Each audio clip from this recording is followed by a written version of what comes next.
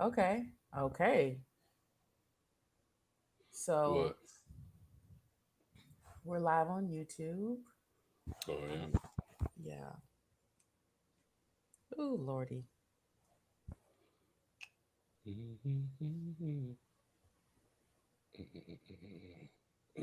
Excuse me. Oh, it's quite a. Oh, okay. Cool, cool. Um, let's see if I Let can me see see. that. Let me check. Yeah, check and see. Are you? Is that what you're Are, checking? are we going Hmm. to delete this video afterwards? So awkward that Possibly. we're just sitting here talking about. Yep, I see it. I do too. It's me in here, y'all. Okay. I just come over Is it? here and die, and we have to pay your bill. Whoa.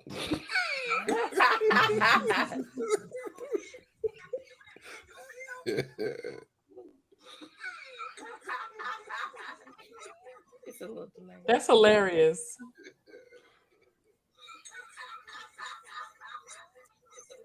That's hilarious. Okay. Okay. So yes, My is I internet looks see. so trash. No, it don't do it. Well, I'm not looking Mm-mm. at Riverside. I'm looking at On actual YouTube, YouTube. yeah, It it don't look does. trash. Okay, now you're getting kind of Um, pixelated, but you're still there. So, Yeah. I gotta figure this out, man. I don't know what's going on. all right. Well, Oh well, I'm. You gotta up your quality. See, mine right now. This video is in 360. I done kicked it up to 480. Now we in oh, there. where you see that at? Oh, I'm talking about on YouTube. This ain't nothing. Oh, But it okay. says I'm recording in 720p. So, boom, boom, boom. Oh, that All don't do right. that. Well, I guess we can get started. Kayla, it's your episode, so you can bring us on in. Oh Lord, you ain't frozen, are you? Are you moving? Okay. But I'm Um, saying I don't know what's going on. It was yeah. So I'm gonna have to. We're trying to figure it out. Maybe when we get off one, when we get off this one. But yay! Hey y'all! Do do do Hi. do do. Hello everybody, and welcome to Sips and Scripts, podcast where we make a cocktail and talk about one of our favorite films from the past and present. My name is Kayla Rose, and I'm an entertainment blogger at inmytheater.com. wait a minute. That wasn't right. It's Kirsten. okay. What's not right? She's not supposed to introduce it. Me and you supposed to introduce it, and then she go last so she can bring us into the show. Now we this video trash, just trash, just complete trash. In my defense, True. I'm sick. In my defense, It's all good. so All gravy. Here we go. And a Love you, one mean and a it, two. promise. Wait a minute, Kayla, are you there? Huh? Yeah, she right there. yeah. Oh, she freezing up for me. Oh, for real? I see her. She just got a hand on her head. Yeah, I see her now. All right, well, Terrell, then you bring us in Dang. then. Boy, them pixels is like not cooperating. You scared the shit out.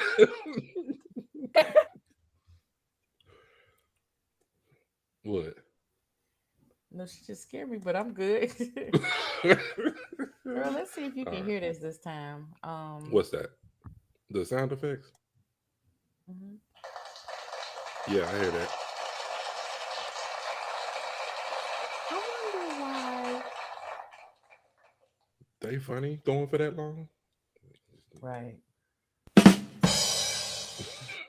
Don't use that. Don't ever use that one. What the hell? Okay. All right. I'm Well, Terrell. trying to Huh? make sure ain't nobody jumping on this thing. Okay, ain't nobody on here. Mhm. All right. And a eight and a six and a hello, everybody, and welcome to Sips and Scripts, the podcast where we talk about one of our favorite movies from the past and present. No, wait. Oh, my bad. Okay, here we go. Don't get nervous because we No, I was streaming trying to now. do it from memory because the script had scrolled up on me and I couldn't scroll down fast enough.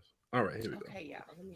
Hello, everybody, and Test welcome to that. Sips and Scripts, the podcast where we make a cocktail and talk about one of our favorite films from past and present. My name is Terrell Bernard, film enthusiast.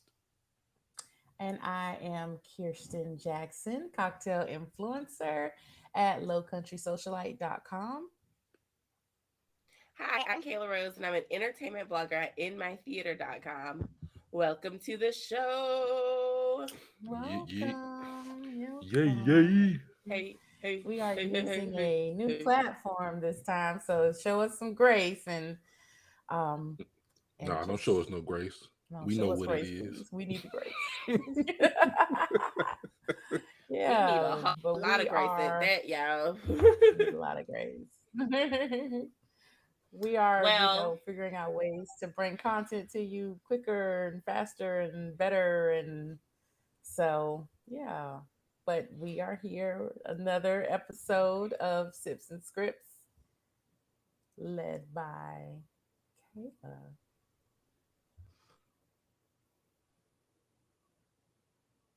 Yeah, What is going on?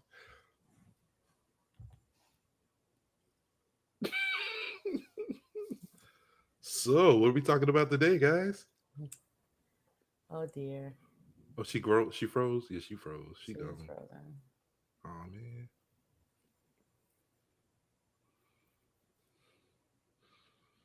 Making my way downtown.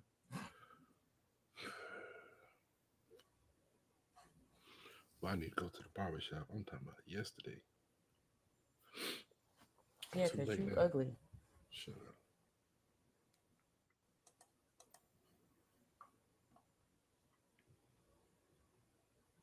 Mm, Dang. That is unfortunate. yeah.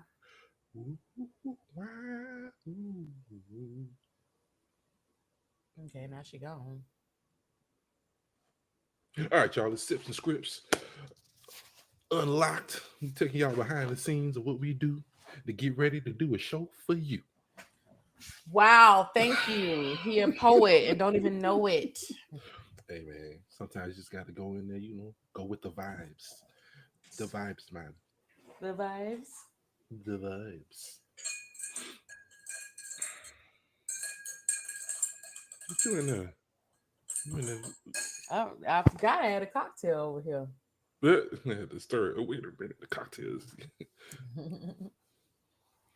Is Kayla in the house? Really, ODB?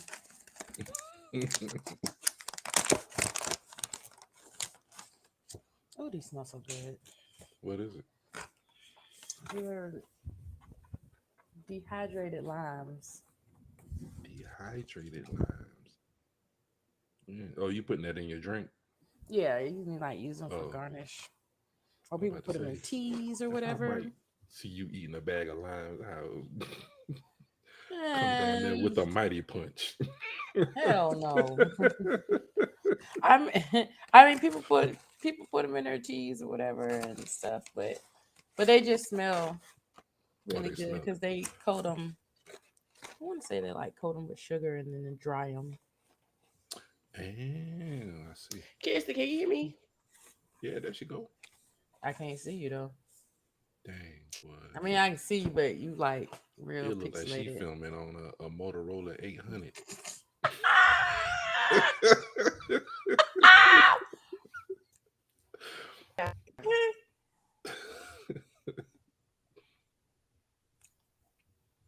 What about Kayla? that? Yeah.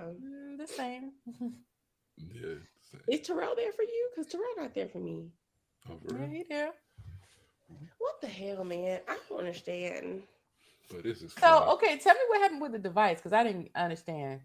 It was working yesterday, but now it seems like it's saying that it's not connected to my internet, but I don't know why. So every time I try to connect it, it's not working. The crazy thing is, it seems like it's working on my phone. No, it's not. All right, don't blow up So your the only thing iPhone. I can think of would be trying to move it again. Like Oh wait, she he said back. it She should coming work in back. my room, but like also Oh, try to put it in the kitchen downstairs, which I think is kind of wild. So that's the only other thing can think of doing because I just moved into a whole different room to try to see if like I could connect to okay. any of the internet. It's better now. Yeah, I'm about to say it got better. Yeah, Yeah, you look As you good were now. talking, you spoke it into existence. yeah. You I've been did. just sitting on the bed. Okay. Well, let's just keep rolling and introduce your film.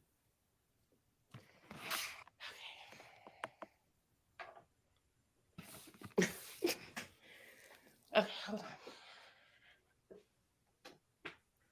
Mm, mm, mm, I'm literally mm, sitting on a bed, so mm, mm. it's gonna work.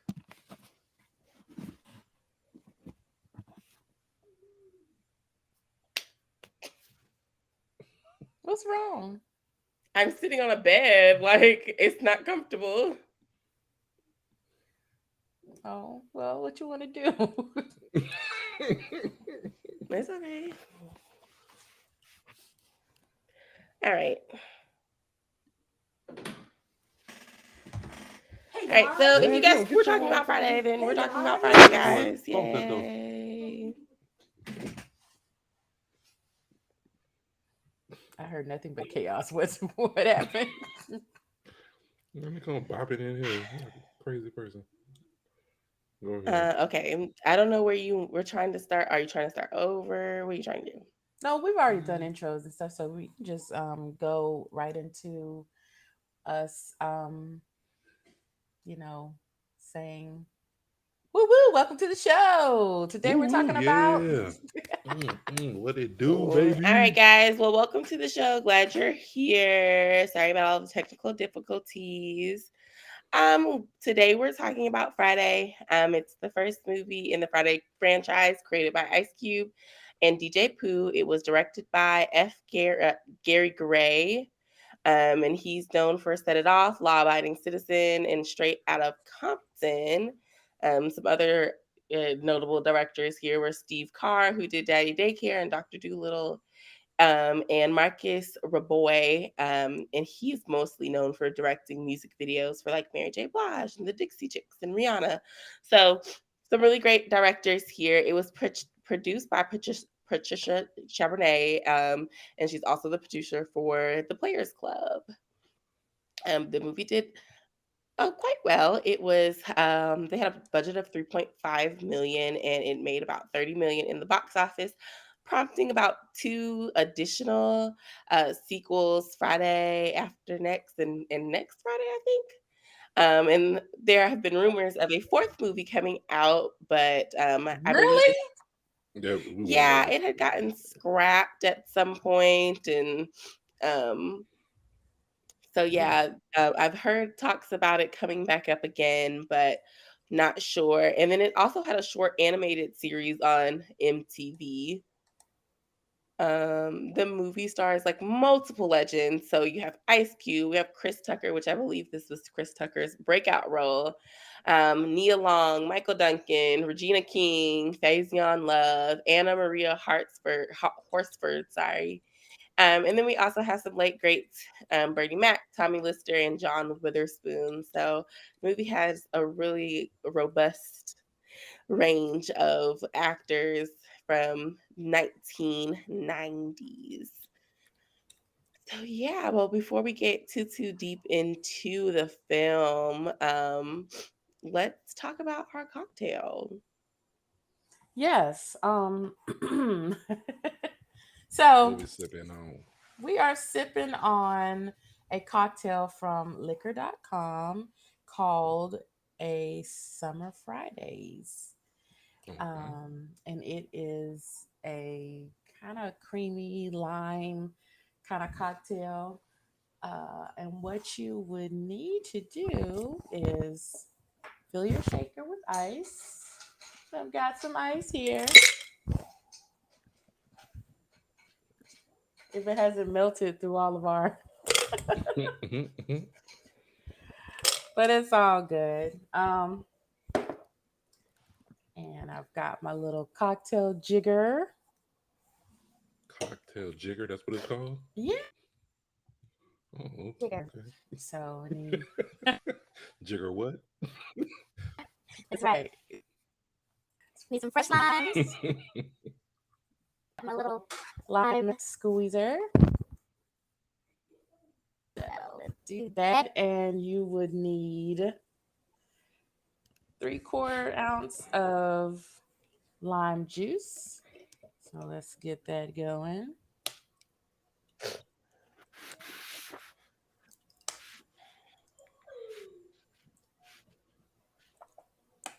All right. Pour that in our shaker. And then we need 1.5 ounces of vodka. I am using Harridan vodka, which hopefully I won't struggle this week with the top like I did last week because that was rough. Woohoo! Ooh, we got it. Yeah. I got it. Uh-oh. So yes, Harridan is. Did we lose Kayla? Harridan's female-owned brand, and they sent me Nice. this bottle a while back. So we just need 1.5 ounces of vodka in our shaker, and then 2 ounces of coconut milk that I've got here. Interesting. Pop that in there. And lastly, just some simple syrup. I did not make this simple syrup. I'm using the bottle this time. So we just need a 3/4 ounce of simple syrup. Right here. I'm going to add a little more ice. And pop the top on our shaker. And give it a good shake. I'm going to shake it while I fill this glass with ice.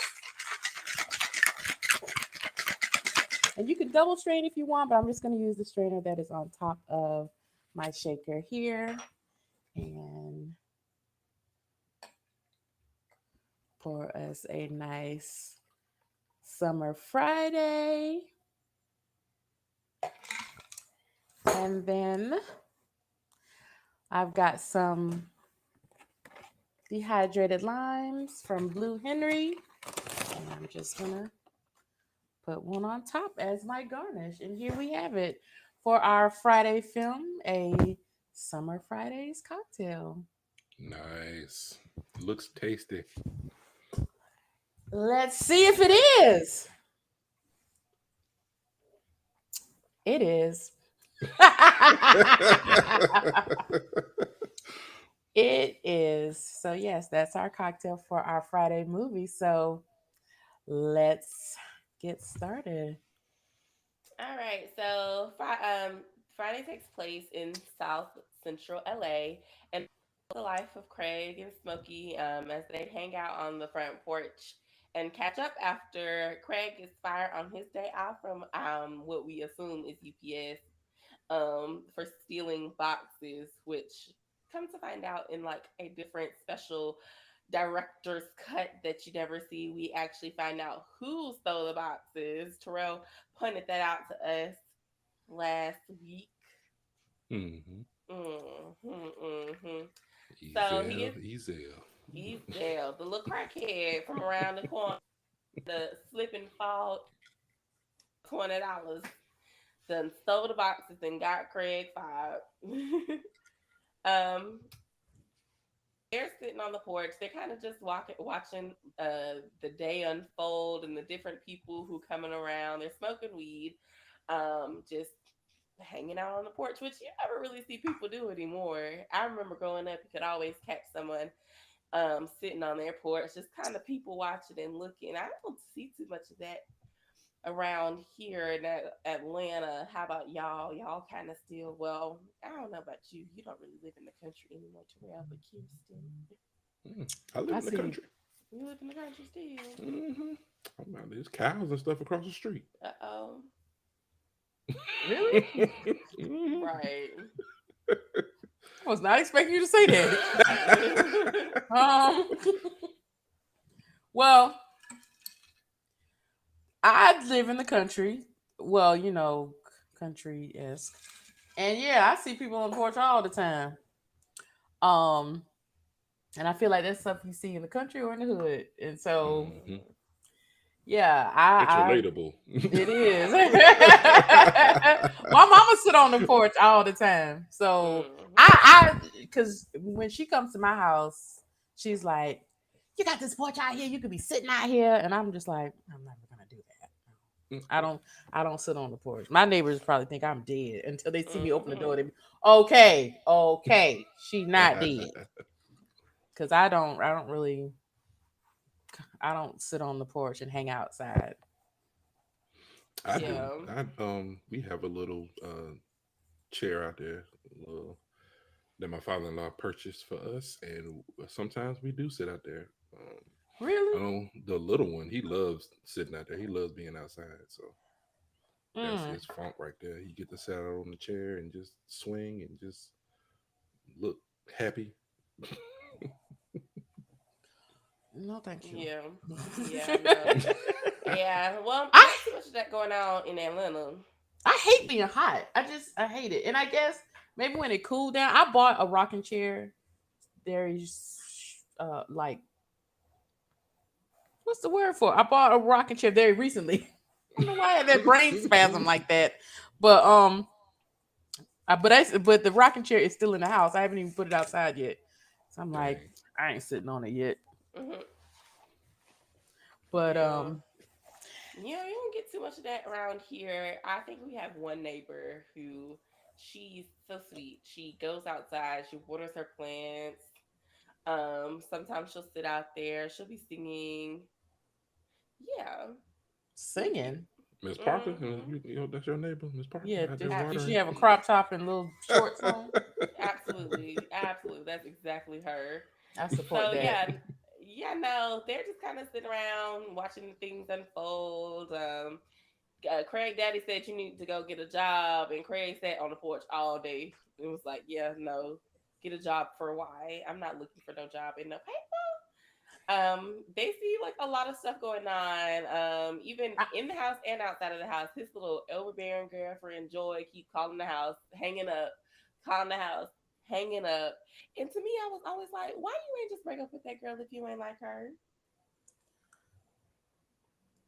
Mhm. I Um, um, well, I'm gonna say why. oh, Go ahead. okay.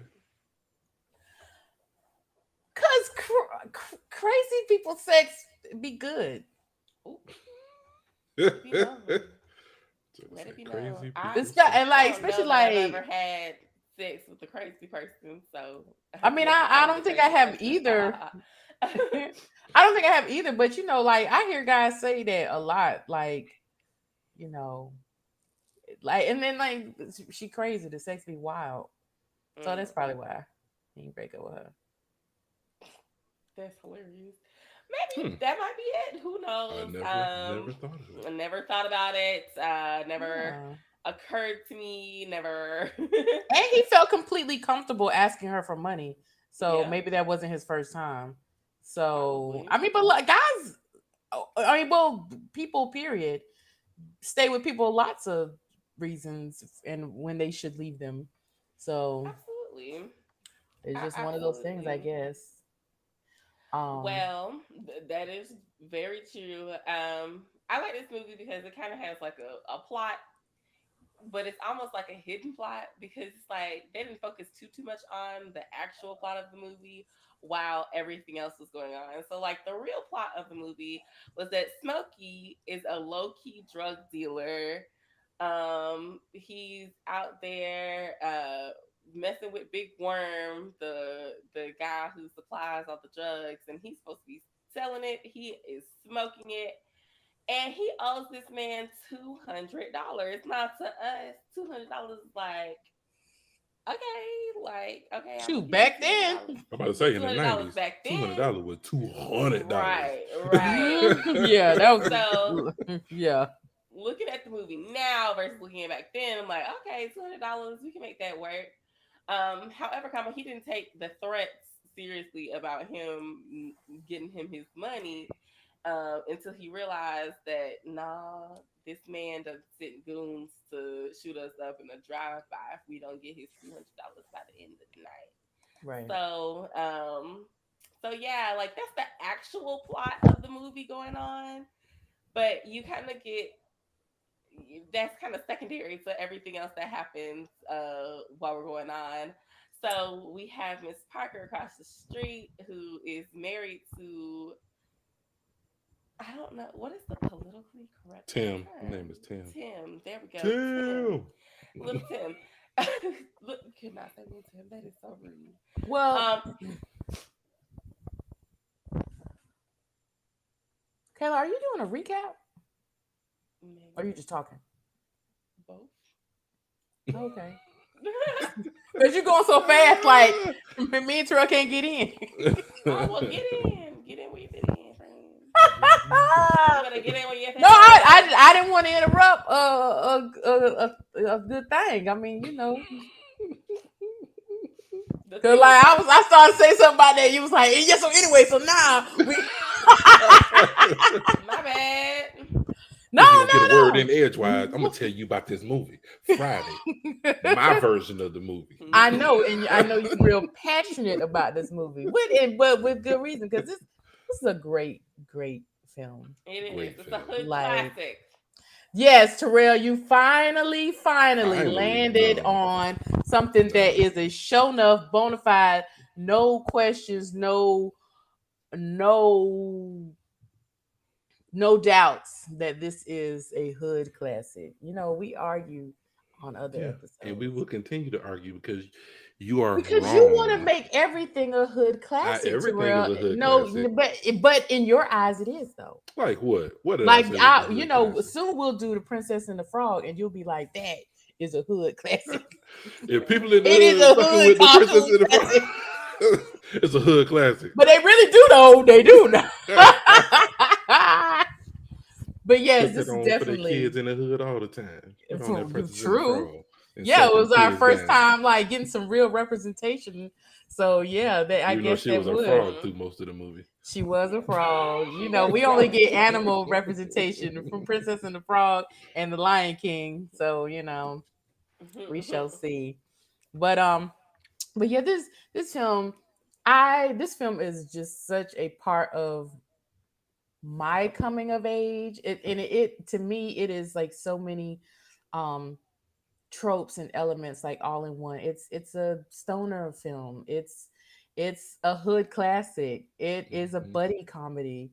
Mhm. It's a heartwarming family film. Like Mhm. it has all of these elements that really make a really great film when it all comes together. Um my my history with this movie is like I have watched it so many times to where I don't even think about it anymore.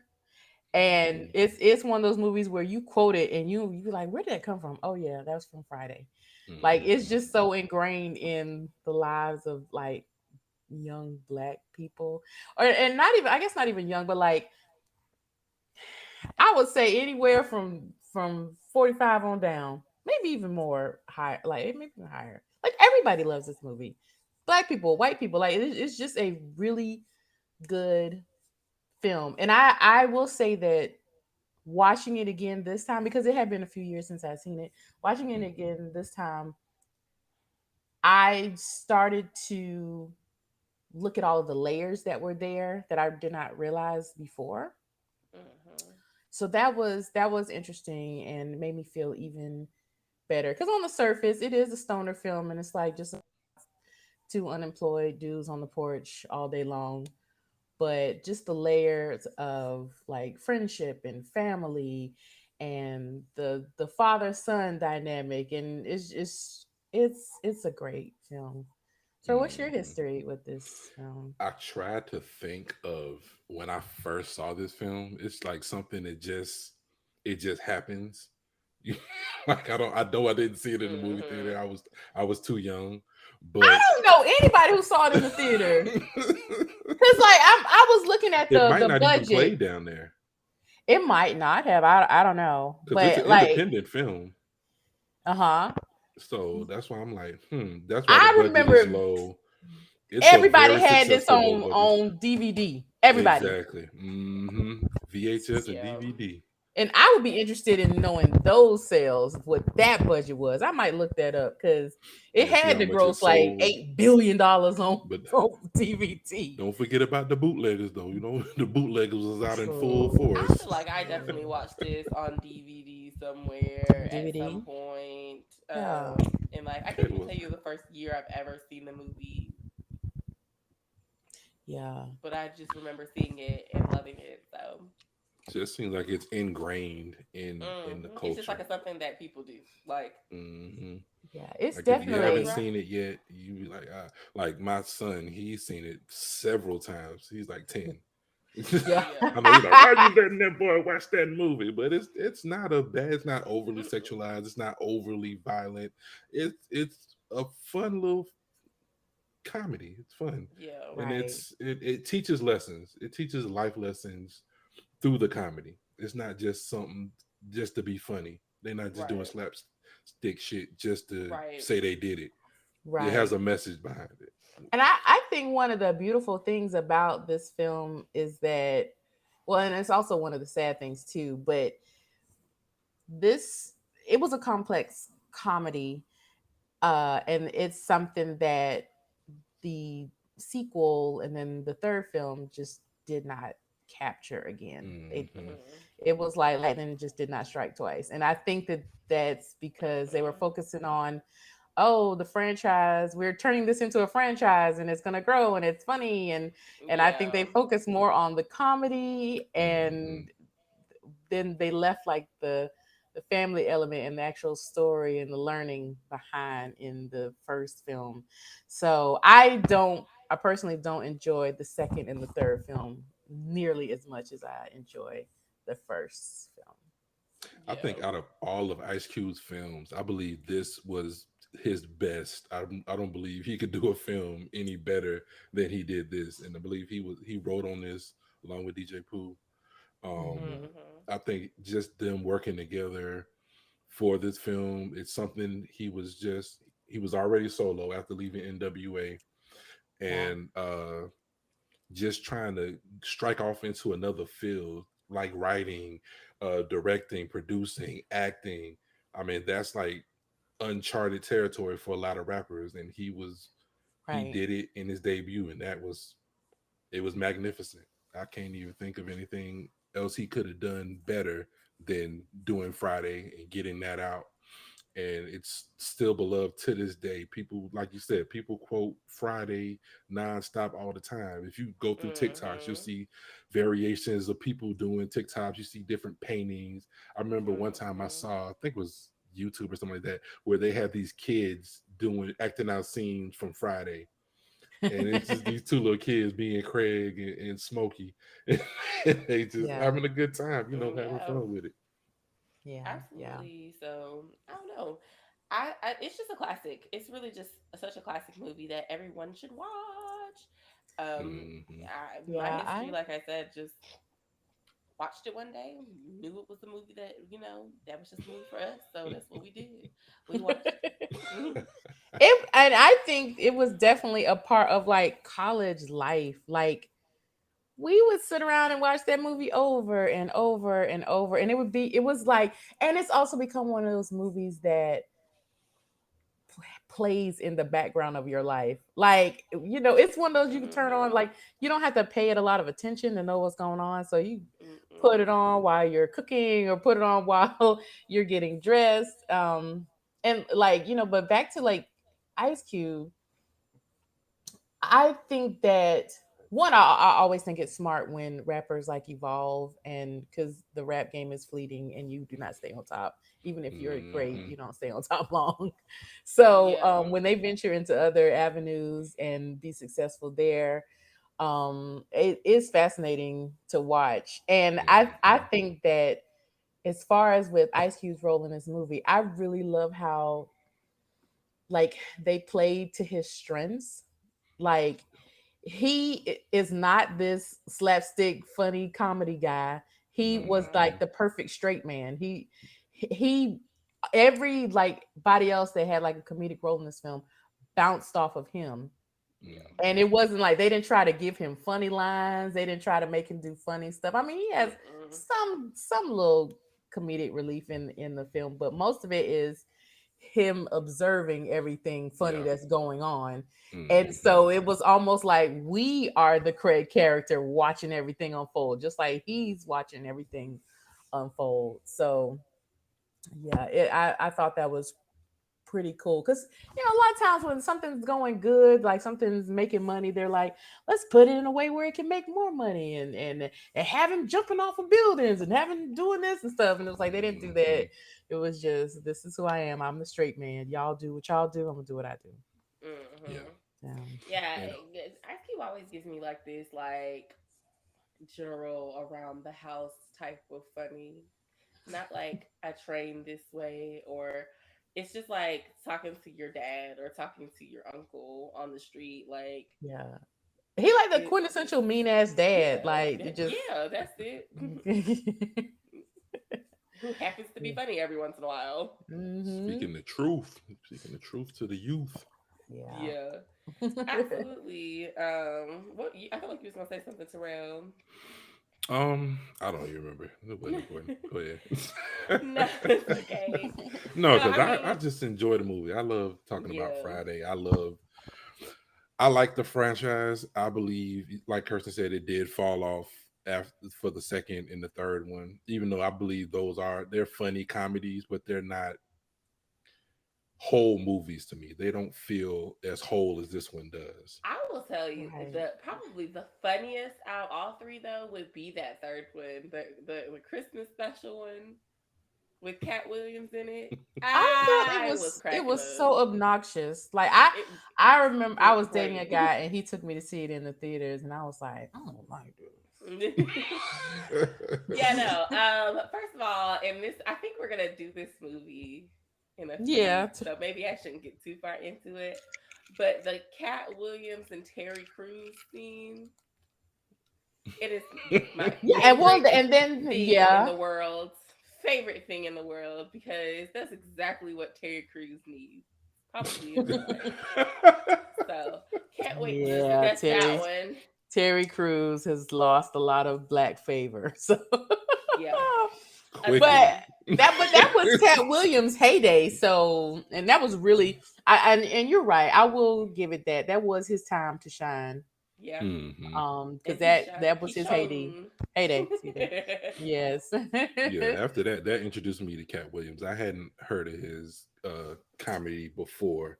And I'm like, cause I don't deal in the pimp life or the pimp lifestyle and none of that stuff. Mm-mm. But the way Yeah. he brought it out, it was just so funny. That's Just how hilarious.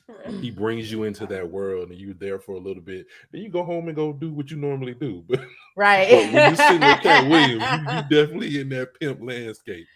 I'm Right, feeling like right. Cat Williams, and I don't know for certain like what happened with him to kind of he had a slight downfall, a slight one. And I'm not exactly sure what was going on in his life that created that.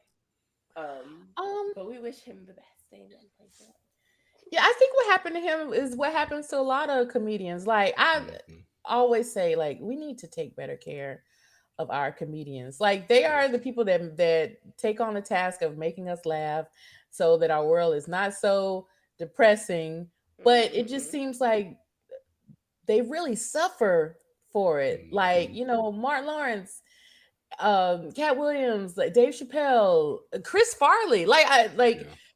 Robin Robin Williams. Williams. Hmm. Mm-hmm. They really suffer, and I think somebody really needs to dig into why that is. And I guess it is quite a task to be like this beacon of hope in a dreary world, and people Yeah. don't realize, how much that takes out of a person. Hmm. um and because like we've really lost like some really good people. Yeah. And it's always like, oh, well, what could we have done? It's like, well, maybe we Yeah. need to start thinking about that before.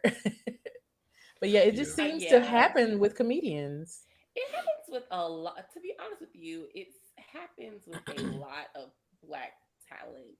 From childhood talents, we see like Orlando Brown, who, you know, is off the rails. A lot of talent, if you think about it.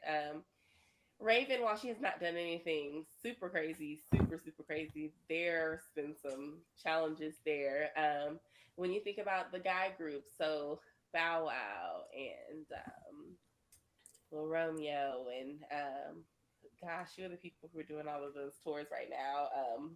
I mean, My fame is a gosh, difficult thing. it's Yeah. Especially difficult, with and a, we for a don't have child to deal it. with. And a lot of them were children. A lot of them were children when they got into the industry. Some of them were grown folks, but we don't do enough to take care of them and protect them and give them the resources they need because I can only imagine that like you're a movie star and everyone is like so, oh my god it's you, oh my god it's you, or like you don't know the motives behind people you've been friends with forever and things start to change and you have to be more secure. I'm sure that fame is very lonely because Yeah, you then start having to be figure out who's really in your corner and what's really real versus what's you picked up from being an actor and actress, or like how do you turn off your talent when you used to always be the funny guy and now you're the funny guy with money,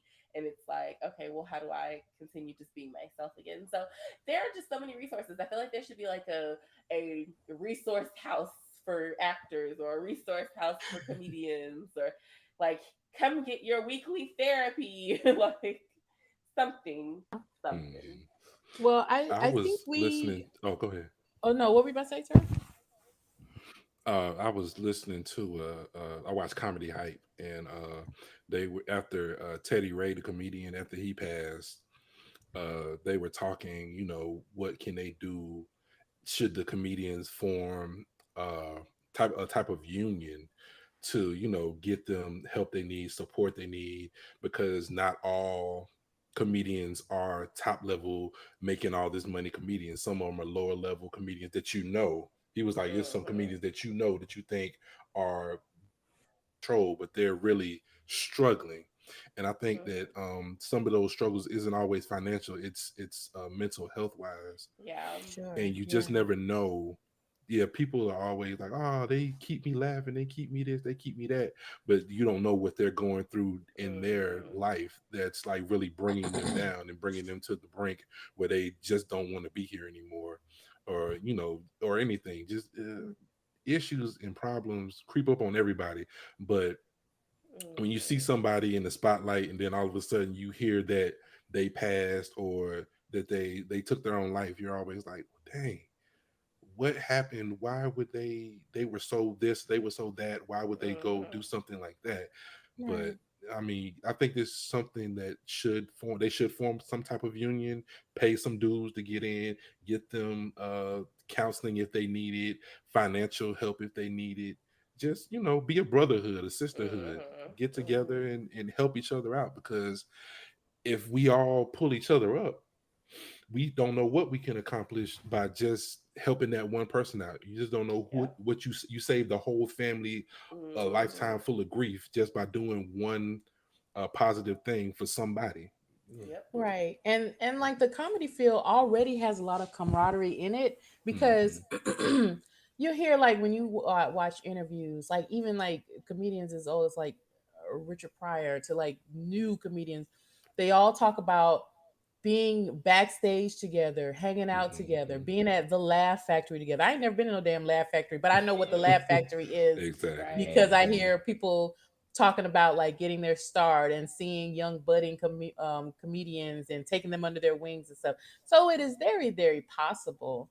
Mhm. It's just somebody would just need to take the initiative to do it, and I'm glad that that conversation is is circling because something really needs to be done. And I think that we have to stop treating these things as like an afterthought because we lose stars all the time, and then it's Mhm. like, well, what could we have done, what, or all of this stuff comes out like I think we expect a lot from our celebrities, and then when they are Mhm. unable to deliver, then we Mhm. roast them. Then they are Yep. beneath us. They're beneath our feet. Yeah. Like look at Whitney Houston. Like she was the voice. She was the goddess. She was America's sweetheart.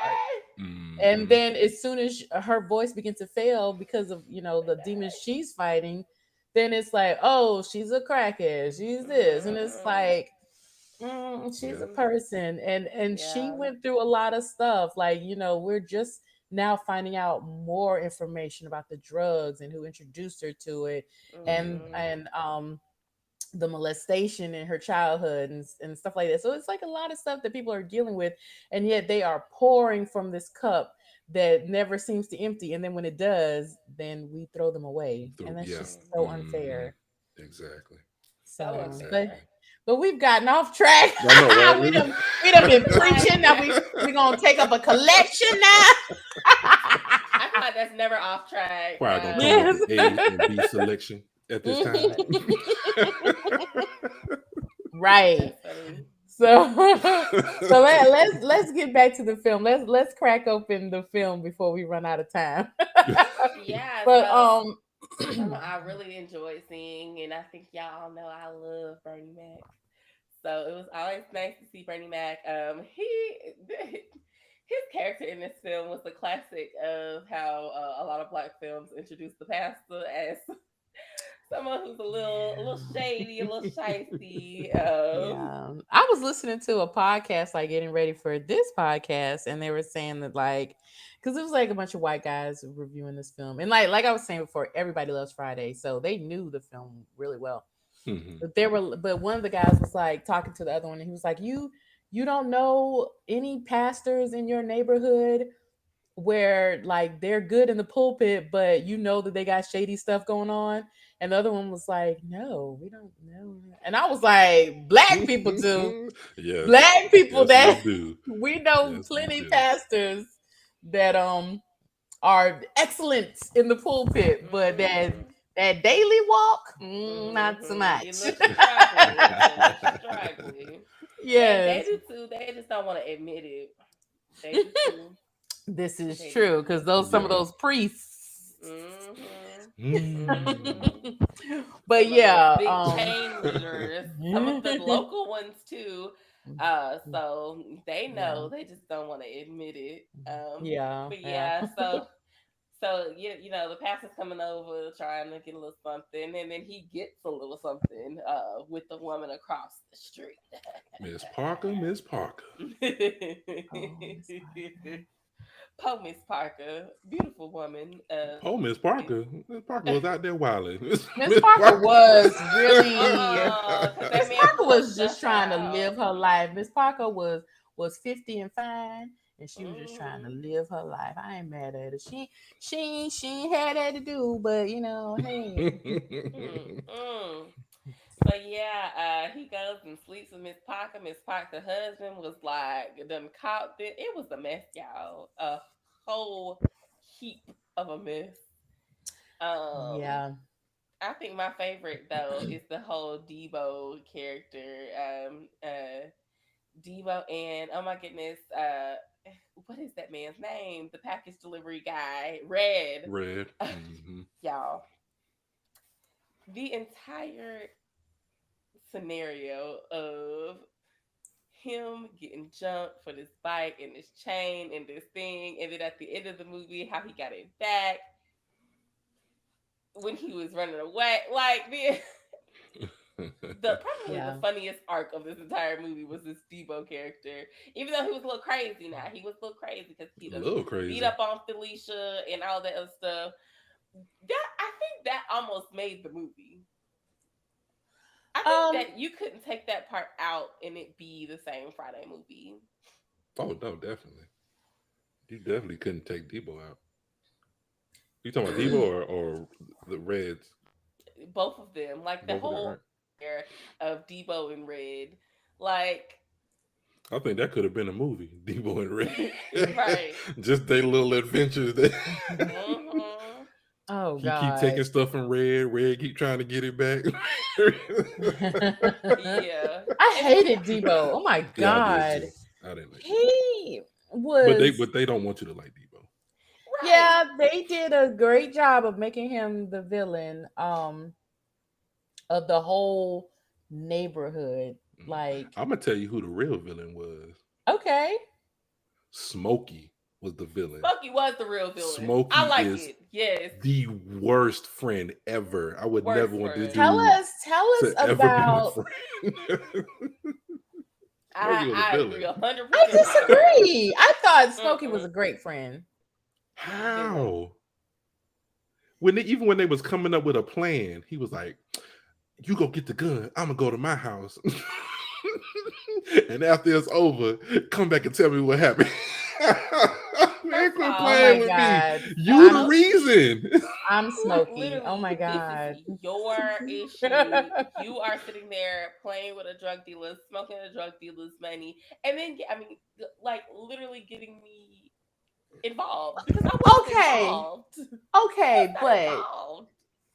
I think Smokey is just one of those people where he He irresponsible. he just a fuck up, and it's like Don't bring me I've into had your friends fucker. like that. I don't think that they're bad friends. I think it's kind of like, Had they ever got you in trouble though? Murdered. Because this nigga was doing oh, a drive-by. I've done some shit. I'd have been that person.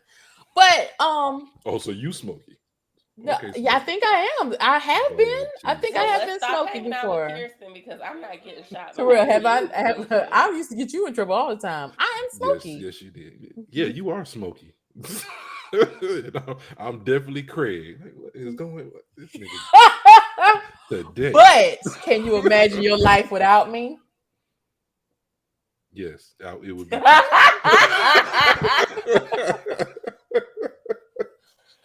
Ooh. So, Probably not the answer you were looking for, huh? because it ain't the truth. Terrell know he love me. Nah, it's just one of those friends. They're always around, like, and so because I don't, I give Smokey some grace because he was just a young fuck up, and he just was just fucked up. But he could have said Craig stole all my drugs and then just put the whole thing on him. But you ain't all had to he bring Craig did, into it at all. he At did all. bring, but I think he brought Craig into it because he was like, I don't know what to do. This is my friend, and he'll help me. I think it was an act of desperation. I think it was stupid, and I think it was a terrible way to treat a friend. Absolutely. But I don't think that it was done out of malice. I thought it was done like, this is my friend. He'll help me figure it out. We can do this together. And I think that was a Don't be moment of that him dumb relying with on me. Craig. Don't rely on me. And and I'm not saying it's right. Baby. I'm not saying it's right, but people do that all the time. Like shoot, I done been like in the workplace or something, like, and they'll be, oh shit, what we gonna do? And I'd be like, I didn't do none of this shit, so I don't know what you're gonna do. What they always like, what they gonna do? Yeah, but people do that all the time. Oh, of course. Like when you Yeah. think about it, people will be like, oh, well, what are we gonna do? And I done been in situations where I've been like, I'm not gonna do a damn thing. But I don't know, girl. But I would have to agree. But Smokey, the reason I say Smokey is terrible as a friend Yeah. is because anytime something was going on, Smokey would always come in and mess it up. I almost got the money. Oh no, you didn't almost get the money. The thing was, they almost had the money. They didn't need $200. Smokey had 100. Then he sold Hector weed and got 20. They had 120. All they needed was $80. he had 100. He said he had 100. I didn't hear that part. He counted out 100. He didn't give that movie the Big Worm. He didn't give that money to Big Worm. He Yep, still had he the sure 100. did.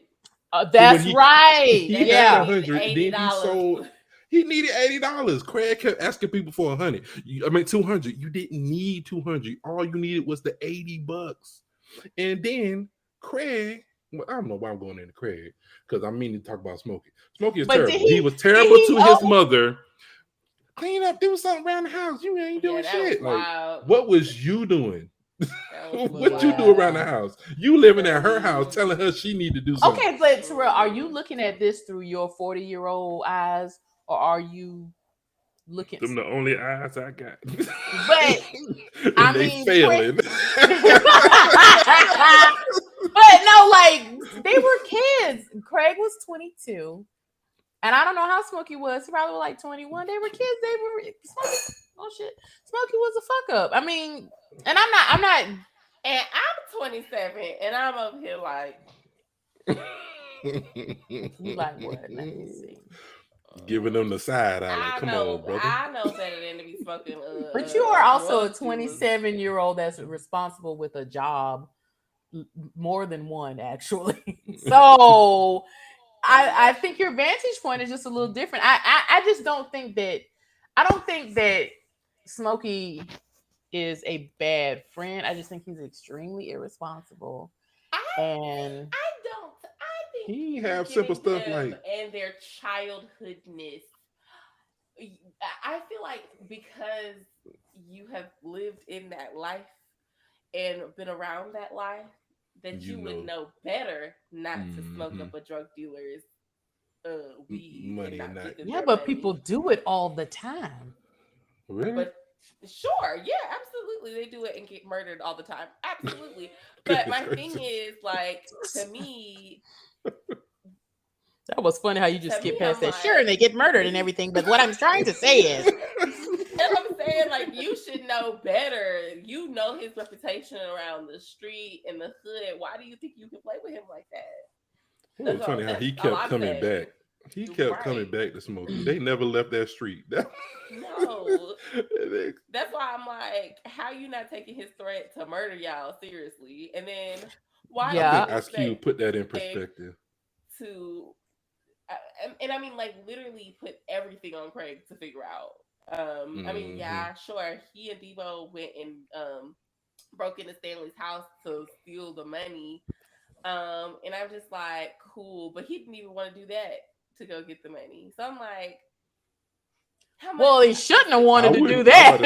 I wouldn't want to go with Debo neither. Well, maybe not go with Debo, but he should have been trying a little harder than he was, because he really put it all on Craig to figure it out. He could have sold that weed. He didn't. The thing was, he didn't even have to give them good weed. Did not. You smoke some of the weed, and then you cover it up. You put little sticks and stems and the bullshit in there, and you sell that. So you're trying to get everybody in the neighborhood to kill him. Tell him that Reggie. No, Terrell, no. Not only is Big Worm after him, not everybody in the neighborhood is after him. They won't buy from him no more. Like, man, I ain't fucking with Smokey no more. He don't sell no good weed. And then Smokey be like, fine with me. We just want to put a disclaimer out here that Sips and Scripts podcast is not an education on how to sell drugs, even though Terrell is leading us down this path of destruction. I'm just guessing. Yeah. Taking an educated guess. Oh. Well, wow, I don't even have the words. But if you're gonna smoke it, you might as well do something if you're gonna smoke it anyway. Yeah, but I didn't even. But how much did Big Worm say? How much he owed him? Was it a full $200 or was it more? It was a full $200. Yeah, $200. I mean, but did he say it? Did he say it? I believe he did. He was when like, he was in the ice cream truck. He said it. He said 200. I believe so. If I'm thinking, yeah, he wasn't gonna take just a little bit of it. He wanted his full 200. He wanted the whole thing. Yeah, because when he counted 100, and he flipped it over, and he counted the same 100. Okay, gotcha. Yeah, I guess Yeah. that is a plot hole that really probably should have been done a little better. Because if all they owed after that was $80, then Yeah. I And don't it was, know. and I mean, and I get, so he went as what his girlfriend, and then Felicia kind of ruined that. He went as his mama, and his mama was like, but the thing was, he was asking the wrong question because I feel Yeah, like he if he would was. have asked his mama for $80, she'd have been like, okay. But you Yeah, went because and if you asked your mama for what, $100, $200, and you ain't got no job. Hell no, I'm not giving no, you no. because that No, ain't borrowing it. That's just me giving it to you're you. right. I'm never gonna see these And then $200 this is again. also, well, which But I know it wouldn't make a movie. It wouldn't make a movie if you just told the truth, obviously. But I feel like if Craig would have been mama, this man done threatened to kill us if we don't get this money. Can I just yeah, that was in quite my irresponsible of him to be. Oh, nothing's going on. I just need the money. right? And of course, that wouldn't make a movie. The movie would have been over if they would have easily got the money and gave it to him. But this, for a real life example, children and grown folks, if someone threatens to kill you, tell the truth when you need the money. Just tell the truth. Someone's going to believe you and let you live to see another day. Okay. Yeah. Quick question, y'all. Quick question. What do y'all think Craig did with his money? Because he got fired on his day off, but he went to go pick up his check. Do you think he Craig bought that paid rent. gun with the money? How do I you think think he he got had that the gun? gun. I think he already had it probably. I think he I think rent was due.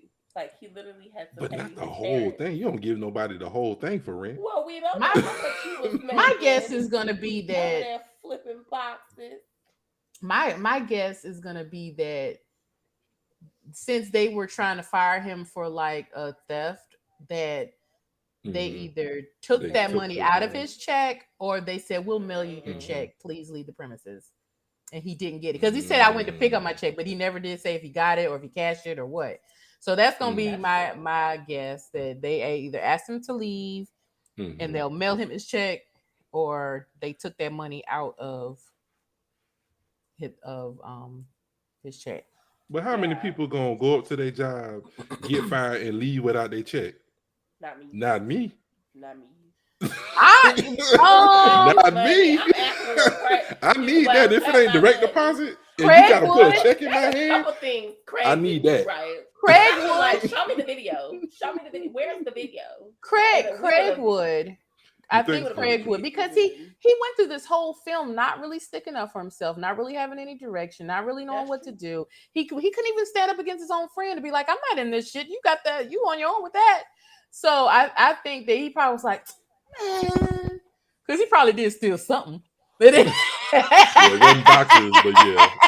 I mean, I don't know, but he probably he was just like, because I will say watching this film this time, one thing that kind of landed on me that I never thought of before was that what happened to Craig, him being accused of something that he didn't do, then being Mhm. fired for that.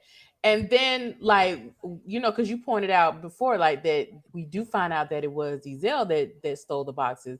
So Mhm. the way that they fingered him was racist. Like, they just took the back of Black some person. random black person's head. That was Look racist. like Craig to me. Yeah, that was an injustice. And I was an adequate portion of this film being angry because Mm-hmm. Yeah. that happened to him. Like, and it was just like this is just like a part of life, and they just happen, and you just have to just move Deal on. with it. Because I mean, in this day and age, though, he could have sued them folks and got some real money. I remember watching a TikTok about this guy who says, "I don't stay at jobs long. I don't stay at jobs long either, long at all," because he says I report every time some an inappropriate conversation Charleston White. happens. Yep, happens around me. Yep, he said anytime. Oh, I was having sex with this girl. Immediately goes to HR and be like, "Yeah, I was subject um inappropriateness at the work." I don't remember exactly what he said it was, Yeah. and would get paychecks paychecks upon paychecks for like literally reporting people for having inappropriate conversations or even like a little bit of discrimination or Yeah. racism or anything he sees that's different. Oh, you want me to work through my lunch break? Yeah, no.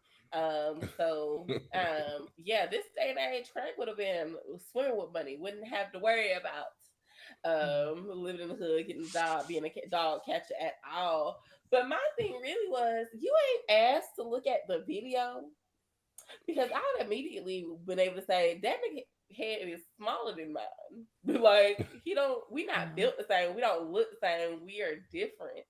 And we could have probably prevented all of this because he got his paycheck. We'd paid guy, and we would have been about this.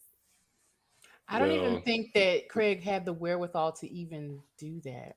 That's true. probably didn't. I mean, they just out there But in the hood, just Like Craig as a living character, their lives. he's just not he did not that okay, that's why I think that this film is a very good coming of age story. Like aside from being a stoner film and a buddy film, it's a coming of age story. Like Craig is being pushed into manhood in a lot of ways in Mm-hmm. this hmm film. And I really think like because what happened to him in the beginning of the film, it was like a complete injustice. And he didn't even have the wherewithal to be offended or to be like angry. He was just like, I lost my job. When he should have been adequately offended at like, that was some racist bullshit that happened to me. And I don't know if hmm that comes Yeah, with age or just like, I don't know, just probably. achieving manhood or what. But he And does not really get that until we have that pivotal moment in the film where he has that fight at mhm. the end, and it's like all of a sudden bring, he becomes a man. Like he's able to talk to the girl, Like he's in taking more down the ways than neighborhood one. bully. Yeah. So and I think they took because there's a scene that shows him he gets the job back at the end on that in the extended director's cut. And I mhm. believe they cut the beginning scene where you see Ezel still in the boxes and then the end part where it shows him getting his job back. So you would, delve deeper into the coming of age story and how injustices do happen. And sometimes there's nothing you can do about it other than to keep going on and living your life. Mhm. So I think that's why they cut those two scenes from the theatrical cut, is because it would show. And I think it was smart to do that. Yeah, Yeah. Hmm. I agree with them cutting it. I mean, it's funny to find out that okay, he really didn't steal the boxes and he got the job back. So Right, right. Yeah. just some extended knowledge. And also, you know what? To Kirsten's point, I don't think that back in those times they knew that resources available to them. They knew that they could, you know, fire back. We know that now because it's just what we do. But back then, I don't think saying, "Hey, I got let go of my job because the folks were racist," would have stuck the same as it does now. So, Agreed. I remember just think what when y'all was talking about that, it just brought up to my memory. I was working at a security job and it was a higher paying security position. mm, And then all of a sudden they was like, yeah, we gonna send you down to another contract. And I'm like, okay. why? Why would y'all all of a sudden? Because they didn't like me, so they were trying to figure out a way to get rid of me. Period. It didn't even matter what I did Mm, or I didn't do. So I was like, okay. So I left, and then I started working. This other job was paying less money, so I was like automatically getting my check cut almost in half. Oh my So I was god. like, I went and I was that's like, wild. I went up to the main office and I was like, yo, these people let me go for no reason to go to this other contract when I believe I should be on this contract. Mm, Yeah. And then so I went there and it was like, did you have any write up? No. Did you have any of no. this? Nope. Mm, So a few days later, well, no, the next day they called and was like, you go report back to your normal post. And if I hadn't did that, I would have lost out on so much money. Who knows where I yeah. would be now had I not stood up for myself and was like, yo, this isn't right. But I guarantee what I did do, I was like, okay, since y'all want to do it like that, let me hurry up and find me another job. Yeah. So I ain't got to worry So about I y'all ain't have to trying this worry same about thing this. twice. Y'all not gonna play Right. me twice. Yeah. Right. I think that those are skills that you have to learn, because sometimes Absolutely. you don't feel like you can fight back when in reality you can, and it's just, just knowing how to do it, and the times to like fight back, you know Mhm. I would and have Gotta to pick your agree. battles. Gotta pick your battles. And there's yeah. some battles really, really worth battling. Okay. And I think So it yeah. also, like, it matters how you were raised. I mean, we Hmm. get a lot of footage of Craig's parents, Mhm. and they, how do I want to say this? They didn't really seem like they were like what's the best way to say it? Like, The most like kind of people, right. and good things will happen, go Hmm. to work, retire. And it was just like, Yeah. I don't know, sometimes, and I'm gonna say this, and it's gonna sound like I'm talking bad about black parents, but sometimes they will scare the fight out of us. And it's like, there Yeah. are some things that you need to rebel against, because this world will treat you poorly if you don't. And because I know, like, with my own mom, like, I'll say something like, "Yeah, I'm gonna take Friday off." All right, you don't need to be taking off on them people job all the time. And I'm like, it's my time. It's my Yeah. PTO. It's there for me. Yeah. And Yeah. like, and I Mhm. think she says those things because they're ingrained in, like, the black Hmm. the black psyche. Yeah. And And she says them before she even. Uh-oh. Why am I echoing? Echo. Yeah. I don't know. Seems It's like like, everybody's echoing. Kayla I ain't don't saying know. nothing. hold on, hold Somebody when on. Kayla moved.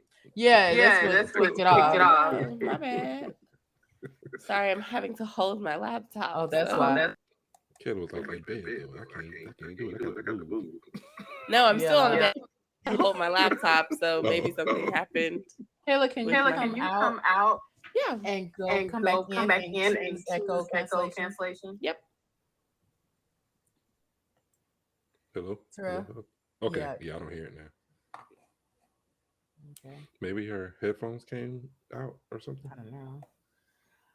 I don't How's it know. Hello? now? All right. Hello. Better. All Yeah. right. Yeah, that's Yeah. it. But But yeah, yeah. you right. My dad says the same exact thing. Oh, go up to them people job. It's always them Hmm. people job. Yeah. I recently, let me tell you something. Take all your PTO. Okay, take all your PTO. Take all of Sick your time, sick take all time, of because it. I got let go of a job, and I had about a year and a half or so worth of PTO because I never took off. I had all maxed out, like had all of my sick time. They let Mhm. me go, and they did not pay out my PTO. They did not Ooh. pay out my sick time. So that's just like a whole lot of free money that I had and should have taken off using, because Yeah. Yeah, they they decided put not that to pay money it. back on the So books. They was like, Oh, they I was lose rubbing their money hands every together when they year. let you go. They was like, yeah. I And lose money so every year because I have a job where I work from home, so I really don't have to take off a right. lot unless I go somewhere. Mhm. But I mean, so I could just take off and sit here and Yeah. look at the house, but For what? I Right. don't pay Literally, like I would that. rather. So yeah, but I do it whether you work remote or not. Take your time, because Yeah, it's I'm just learning to do that. these companies don't really care about you. They And don't that's the care. same Take your thing. day off. I tell my wife the same thing. She like, I got so many hours of this, and that, and they paying her back. They cutting the money in half and paying her back half of the. I'm like, you need to take your time. You sitting here thinking Mm-hmm. this place gonna fall apart without you. I'm like, this place is gonna run with or without you. If you there, Yes. if you not Yeah. there, Because they it will don't find a matter. solution if they have to let her go. So Sure Exactly. will. And I'm yeah, like, but I don't let mean, them do you I like it's that. preaching to the choir with me because I mean I do the same thing and I'm learning. I'm learning, but yeah, I really do feel like Craig was not necessarily an empowered individual, Hmm. Yeah. and he just and not to say that his parents were great, Yeah, they but were. it's Yeah. just wasn't necessarily empowered and even enough Yeah. to know that he did not have to um he did not have to help Smokey. And I think that I also think that's a young person thing. Like when you're young, your friends are Yeah. just everything. And it was he took on Smokey's problems as his own, and he didn't have that to do, but he's just a young dumb idiot. So now Mm-hmm. me as an adult, honey, you can come to me with a problem, I'll be, what you gonna do, girl? What is you gonna do? What you gonna I do? had to learn that like real bad. Like, baby, everybody's problems not my problems. Yeah. Yeah. Yeah. So it's definitely giving a well. Here's my best advice, and it's halftime. It's not even that. Girl, I will keep Um. you lifted in prayer. I sure will. I Mm-hmm. lifted in prayer. Listed in prayer. And then I go to bed and forget. Whoopsies. Yeah. Dang. Sorry. I'm talking. You I'm Dang. better do it So you right didn't even then, or get it's you was not gonna gonna lift them happen. up in prayer and you didn't even yeah, do but I that? forgot. I was gonna lift my prayer, but I forgot. Wow. That's why you're Like supposed to pray the moment you say it, Lord. Yeah, that is best practice because you Hmm. waiting on me to now I lay me down. Right. I done laid me You might down to want sleep, to, Lord. yeah, you might want to catch me right then and there. Yeah, yeah, that's absolutely. crazy. So, yeah, yeah. That's But, unfortunate. That's unfortunate. They're just young. They were just young, like you said, Kirsten. yeah, they're But let's just talk young about when idiots. they wasn't acting a little young, which was with these Yes, because I got something to women. say. Oh, what you got to Um. say? Okay. So, okay. Well, what were you gonna say, Kayla, about the women first with their little So number fresh selves? well, we have look who we got first. Joy, who's a little off her rocker, calling and hanging up, calling and hanging up. Who you with? And somebody tell me that they seen you down there with Felicia or whoever. Listen, Joy was crazy, but when I Uh watched this huh. film again, I was like, he made her like that. Probably. No, Probably okay, No. okay. that's what they do. That's what Every they do. every chance Craig got, he was flirting with somebody. Yeah. Now she ain't need to be hanging up and calling the his mom and all No. that and acting crazy like that. But I feel like I feel like he was not completely innocent in that because he I have to was agree. flirting. He was trying to hook up with everybody, and everybody knew he liked Debbie. Like he was not completely innocent. She was 100% Mm-mm. certified psycho, but he was not 100% innocent. Yeah. I'm riding with St. Craig. Oh St. Craig God. ain't Saint. did nothing Oh, wrong. not Saint Craig. Oh, that's funny. Not Saint All Craig. he was out here doing was helping his friends and talking to his neighbors. Being Well, very friendly, very community oriented No. young man. No, no, no, no, no, right, no, no, right. no, no, Hmm. no, no, no. Yeah. Craig was hitting on Nia Long. Or was Nia? No, yeah, You would Nia be foolish Long. not to. No, no, he right She was there. fine. She Was Was was Nia Long will is is forever is. be. fine. Well, I mean, in this movie, she was fine. Yeah, she's still fine. Yeah, yeah, Uh she's huh. fine. Nia. Um, Yeah. I but what's the other? Yeah, let's talk about this female representation in this film. It was very interesting because they really didn't. They only kind of um they only really how do I say this? So we have the girls who are like the standards for them. So we got, I think it was Debbie, and you got what was Nia Long's character's name? It was Debbie. Okay, well, who was his sister? His sister is What was gosh, his her sister's is- name? Regina I King. I know Something. Regina King played her, but I right, can't I don't remember remember. what her name was Remember in her the film. Does Mhm. it start with a P? Um, Oh, no, we find this out real quick. right. Her name was, let's see, Dana. Yep. So you have Dana and you have Debbie, who are like the classic girls that everybody wants, they want to hook them up with. And then you have Felicia, you have Joy, and then you have the other girl, Rita. I believe it was.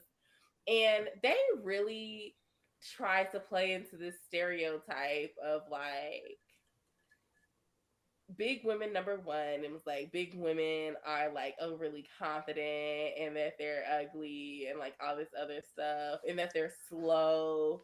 And I was just like, ew. I didn't get that from her. Yeah, because she was like, you know, I'm gonna call you. He when he was like, I'm gonna call you, and she was actually like kind of believing him. And then like she was very confident in herself, but they tried to make it seem like she was a little delusional that Smokey would want her.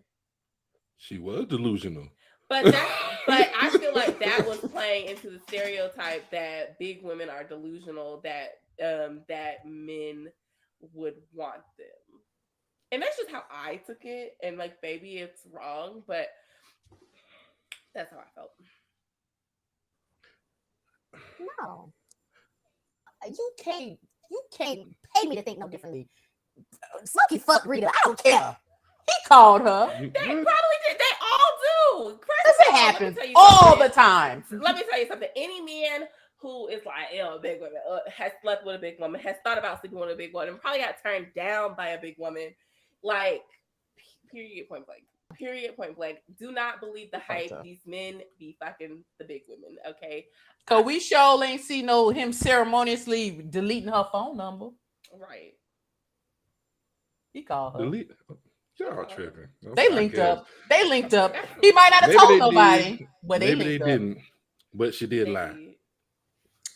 Did she though? She very much did. Come, don't play. How she lied? Did she lie? Did Come she on. lie? Or did I Debbie look like lie? Janet Jackson. Janet Jackson was fat. She did. In the 90s, Janet Jackson was fat? Never. In the 80s, Janet was fat. She could have been fat. Janet Jackson in the was 80s. fat in the 80s. Get out of it. Y'all tripping. Janet Jackson was not fat in the 80s. She was 80s fat. Yes, she was. No, let me tell you something. Janet did.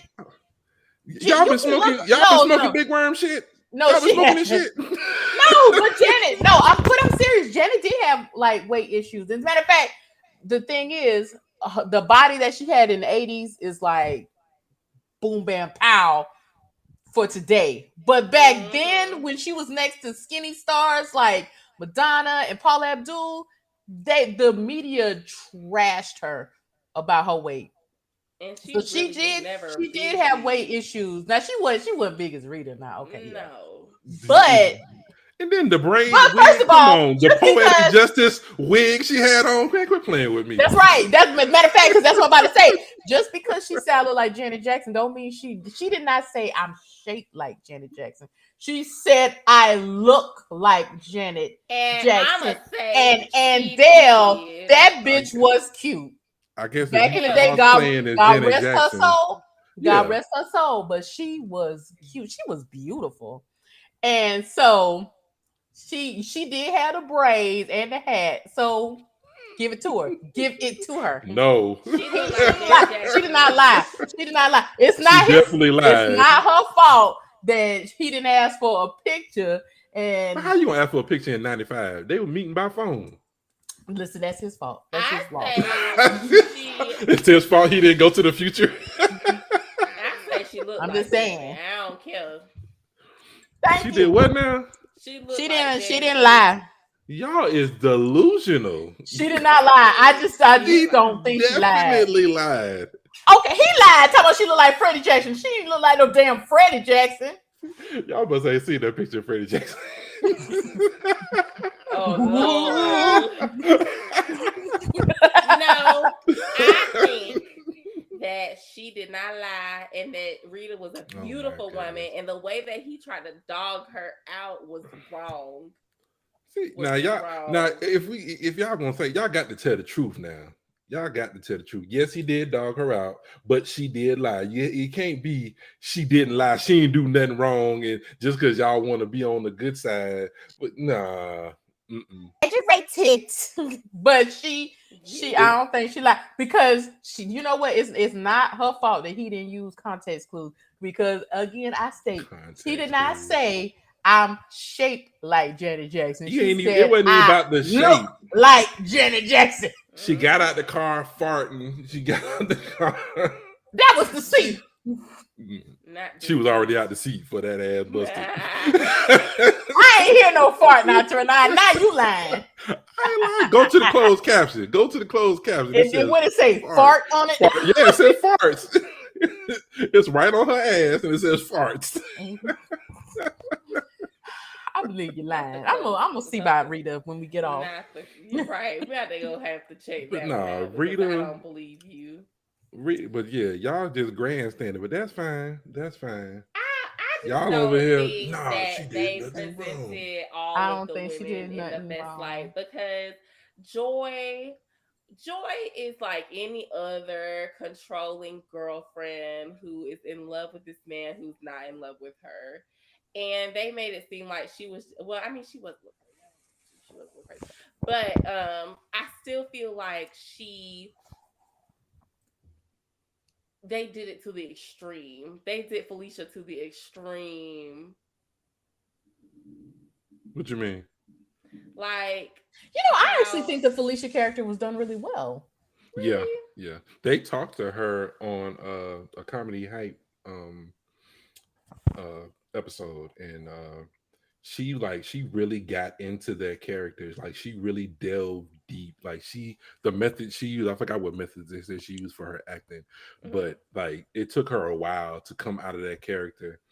And she said to this day she still gets like talked about poorly for playing but that whole resurgence of that by Felicia, that whole resurgence with that.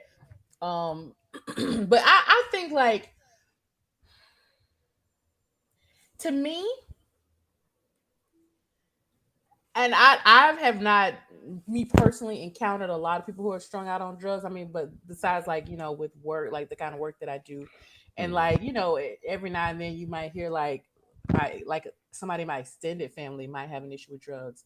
But to me, she was like the most accurate portrayal of somebody on drugs that I've seen. And I can't speak for the inner cities because I don't live there. But usually when you see a junked out character, it's, they sucking dick for crack, they stealing out of your house, or like just half naked walking down the street. To me, she just looked like somebody that was down on their luck. You could tell that it was probably some drugs involved, but it looked like, that's cousin Felicia. Like, I just felt like that was just such a realistic and just a humane portrayal of someone that has a drug issue. Because a lot of people, I mean, there's different levels to that. You could be like completely strung out, or you could be like functioning drug addict. And she was like somewhere in the middle of there. Like, she wasn't living in a crack house, but she wasn't like working every day. So she was like somewhere on that spectrum. The stuff she needed was just always wild and crazy. Like, what? Yeah. Craig, let me borrow your VCR. I need to dub a tape. What? The Mac? Who was watching the Mac in 95? Somebody who just got high. On something stronger than weed. Yeah, like I appreciated the Felicia character, and I felt like it was just, I felt like she played it in a very endearing and just realistic kind of way. Because I mean, we seen the Dave Chappelle sketches where they scratching and stuff. We don't be seeing crackheads like that. I mean, or like Halle Berry in Jungle Fever. right, like selling your baby and stuff. And not to say that those situations Was it don't Jungle happen. Fever Halle Berry or was it Losing Isaiah? Which one was the one where she had the baby? Losing And she's the Isaiah. ghetto jam is about to- Yes, yes. Now that was the woo.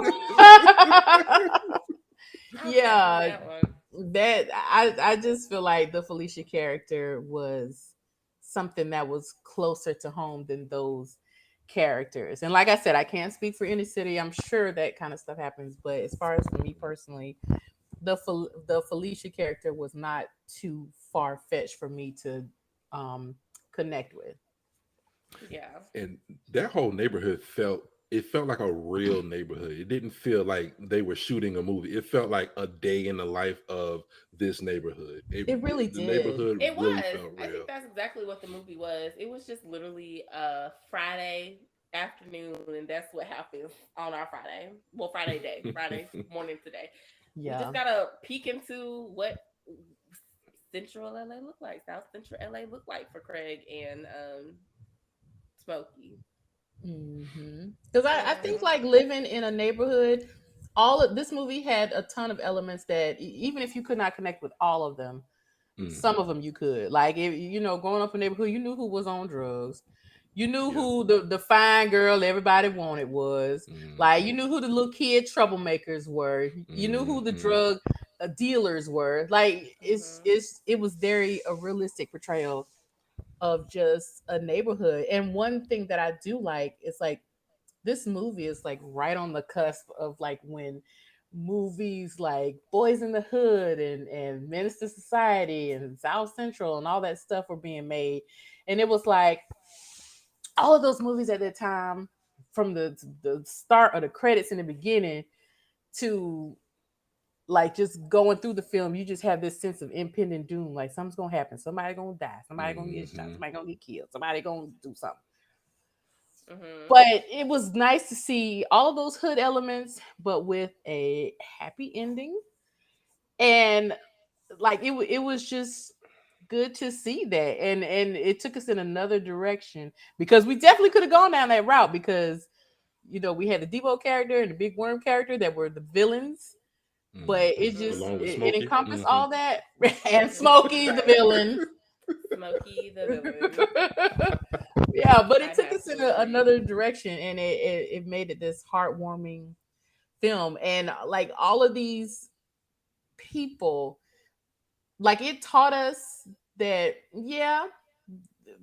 neighborhoods like those in I was about to say Boys and Men, Boys in the Hood and Yeah, Minister boys, man, they Society. Motown Philly. Y'all tripping. That was all down there in Philly. Yes, it's like neighborhoods with crime, they exist, but there are also people that live in them that moved to these areas because they were trying to make better for themselves and better for their family. Mhm. Like we have the Mm-hmm. line where his dad is like, we moved here so that you wouldn't have to worry about that, because his own brother had gone to prison for a gun charge. Like he had Mhm. talked about, Right. your uncle picked up a gun and look what happened to him. We moved here so that we wouldn't have to deal with that. And there are other elements in that film where you can tell like people were just trying to live, like the neighbor, the bougie looking neighbor Stanley. with the shorts. Yeah, Mm-hmm. Stanley.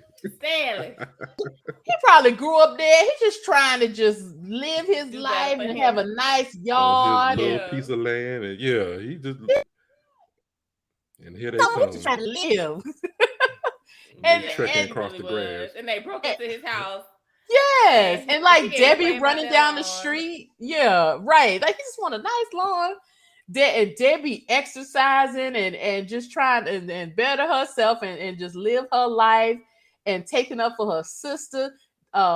Craig's sister going to school. The dad working. It Mhm. was just They was like trying their The best. mom regular working. The life. mama was working long hours. Lord Jesus, she came back late. Woo! Yes. Jesus. But Yeah. I think that a lot of, and I what I really didn't even like realize is that I think this movie has a lot of strong female characters. Really? Um I think so. I Well, it does. It does. It does. Because the mama, the sister, the friends, they definitely Yeah, were on the up and up. And then you have the ones who were just not.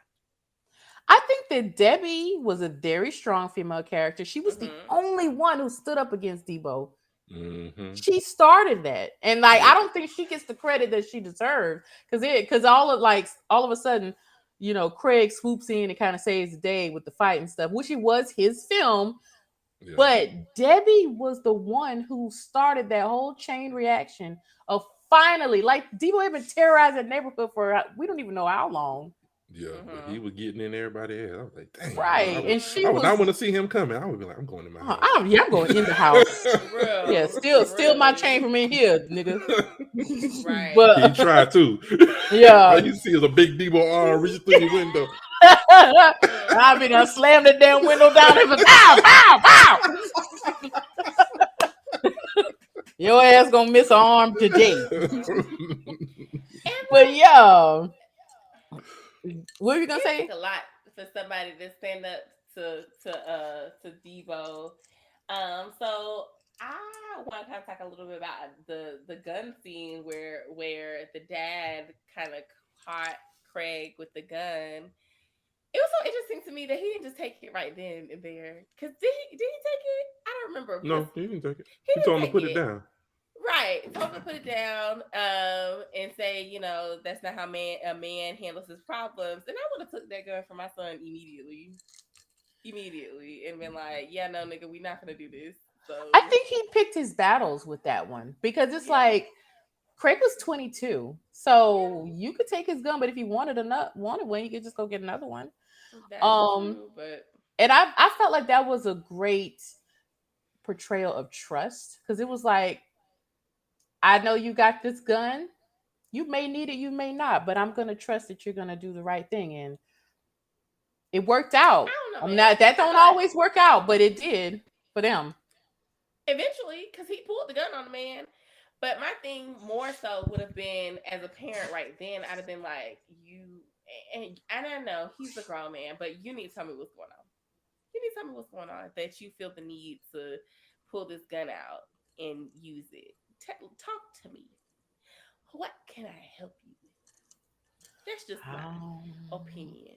I would have pressed more for answers of like, what is going on that you feel like you need this gun. I feel like I don't see all that therapeutic stuff happening, but I feel like a more natural arc would have been like, if you're gonna have that gun, you can get the hell up out of my house. That's how I Yeah, feel like in the normal trajectory of like these black parent that's true. movies. It'd That's have been true. like, oh, if you need a gun, you need to get up out of here. Because But you're not gonna bring that street life into our household, yeah. right. Absolutely, absolutely. I don't know, man. That's just me and my positive parenting.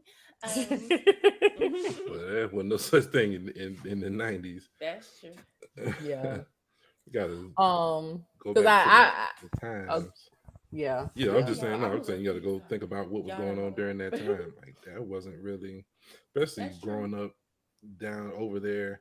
I mean, you see depictions of it. You don't really know exactly how it was going down, but you Mhm. just leading to what you see going on in those neighborhoods today. It's Mhm. still rough over there. From what I Yeah. see, I mean, like I said, I don't go over there. I don't know nothing about the street life and none of that gangs and none of that foolishness. But Mhm. just by what you hear and what you get to see, what they allow you to see, it's it is what it is over there. And Yeah. sometimes you do need some form of protection because it's people out here literally, like Charlemagne the God would say, it's like, oh, y'all be out here flashing and showing like the wolves ain't out. The wolves are definitely out, and whatever you have, they want to take. Yeah. They, Yeah. they if they got to get it from you one way or the other, you gonna Mm. give it to them. They gonna take it, or they gonna take it, and you won't be getting anything else because you won't be living anymore. So Yeah. it's rough when you got to live I life like that. it is. I really don't have the answers for that because I don't Yeah. think I could even imagine like living in a world where I would need to carry protection like that. But Right. I can't Well, speak for somebody shoot, else's we really kind experience. of are living in a world where you need to carry the protection. To be honest with you, it's just maybe not as personalized for us, because we don't necessarily we are not in the spaces that necessarily where we need them, but almost anywhere these days is like you have to defend yourself with something, whether it's a gun, whether it's like with knowledge. We're living in some strange times right now, where you literally could just walk outside your door and just be like boom boom. And it's you could be, especially down here in Atlanta, like the folks, the amount of in this year alone that I've seen that someone went to the mall shooting Mm. is crazy. The good malls at that, like the malls that are supposed to be the superior with the grand stores, like Lenox. When I used to hear about Lenox Mall when I was younger, I used to be like, oh, I want to go there and drop a bag, or Phipps Smart Plaza, like and because that's where all the celebrities go and da da da da. But every other day you hear about them getting shot up. I think the one that just got shot up this weekend was like more one that families go to a lot. Like it is hard out here in these streets. And like not having protection sometimes is going to be your downfall. But you just kind of pray that don't nothing go wrong that day. And you make it That back day. home alive. I mean, the amount Amazon. of people who, right, the amount of people who just like road rage incidents, like to me, having protection in those moments are important. Like it's important. Like I don't know. I'm not like a super advocate, like oh my god, everyone needs guns or something. But it's just we're just living in some strange times. So I that say if you're not comfortable with having a gun, at least have some pepper spray, at least have a taser, because you just never know. And it's no longer like the hood needs to protect themselves, drug dealers need to protect. It is everyone needs to protect themselves. Way. Okay. That's just my 2 cents though. Mm-hmm. Yeah. I hear you. Because I know people. I was surprised when I found out that a family member had so many firearms. I was like, oh my god, well, y'all preparing for something that I don't know nothing about? Jesus. Like, oh, like what That's y'all getting funny. ready for? Is it a zombie apocalypse just stirring and y'all getting ready? Like y'all I a don't little know. too ready over here.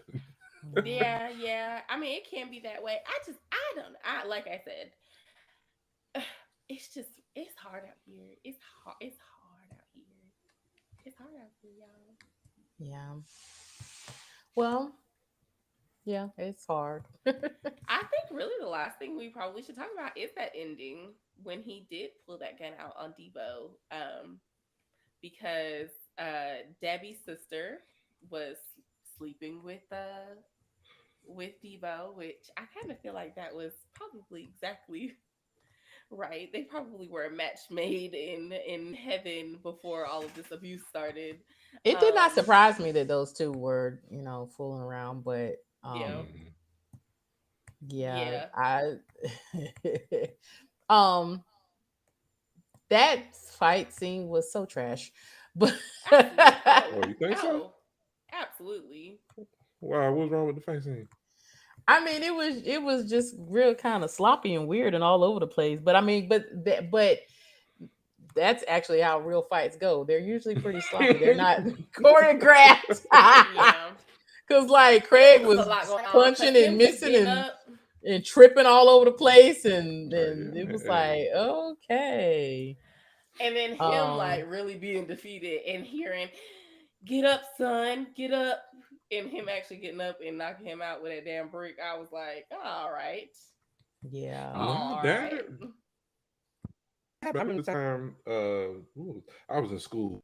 We was playing this thing called the knockout game, Oh where God. you knock somebody out, not with your fist, but it was a certain technique you used, and it would make you literally pass out. And they did it on me because I was like, that shit don't work. It ain't gonna work on me. And they did it to me, and I be damned, I knocked out. I had a dream. And people was like, Get up, Terrell. Get up. Get up, Terrell. Bro, Yes, They yes, were at a scared because boys' they thought I home. died. Yes, at one of my jobs, my kids used to do that, and I would be terrified. And they, oh God, I hated that shit. What, like they lean on your chest or something Mm-hmm. up against a And wall or then something? you really do. You go out. I literally Yeah, you had a pass dream. out. And somebody's got to be like, get up, because you're not responding. And you go down like, Yep. yeah. I hate that fucking game. Yes. That's all. Man, Like, I just know I'm gonna spend a weekend in the hospital, in the emergency room with you fools. I think But it they was lived. absolutely admirable for him to go out there and defend Debbie because she wanted to defend her sister, because Debo was beating up on her. So I thought it was very cute that he walked out there and was like, because that's exactly what I would want my man to do if I had one, or my woman to do if I had one. To go That's a out there female. and defend me because he pushed her, and I was just like, And no, I baby. guess Debbie, not to take any agency away from her, but I think she didn't think he would hit her. But I was like, No. why you think that when he was knocking your sister out? Like, Upside her head, just Yeah. okay, But girl. I think some people think that it won't happen to them. Like he might be Yeah. doing this to everybody else in the neighborhood, but it's me. He not gonna do Yeah. that to me. And then when Yeah. it happened, you was like, it is Yeah, it definitely happened happening to me. to me. Stop it. Yeah. Yeah.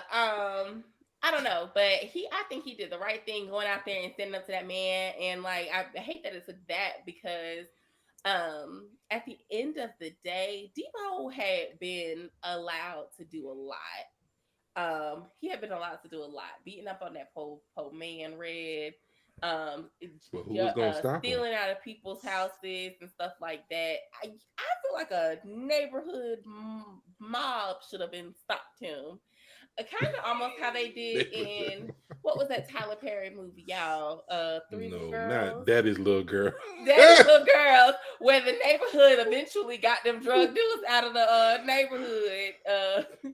That would have ruined the movie if that would have. I would have been like, turn this off. This is no longer a classic. I think that what was crazy to me is they all watched him beat his ass and didn't jump in to do nothing. It's so many of y'all right here now, and it's just like people are afraid.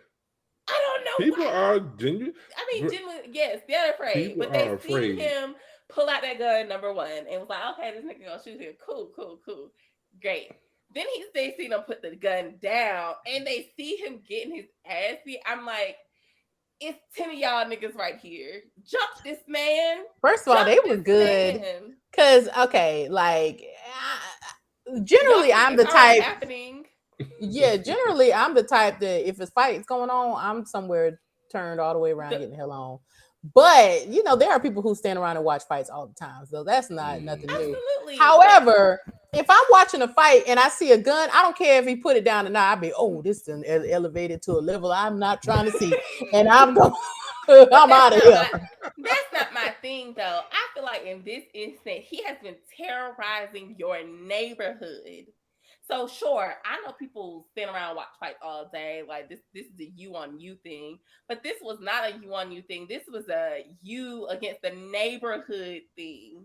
You have been terrorizing us for probably. I really think that they stood there in solidarity. I don't think that they. I don't give a damn about no solidarity. I am getting my ass whooped against. Well, what you want is smoke. What you want is smoking mama to jump in there and fight too. The mamas, the daddies, the sisters, the brothers, the cousins, everybody and it was like Debo is going down Smokey today. Is a trash friend. Even Smokey. That's another reason he a trash friend.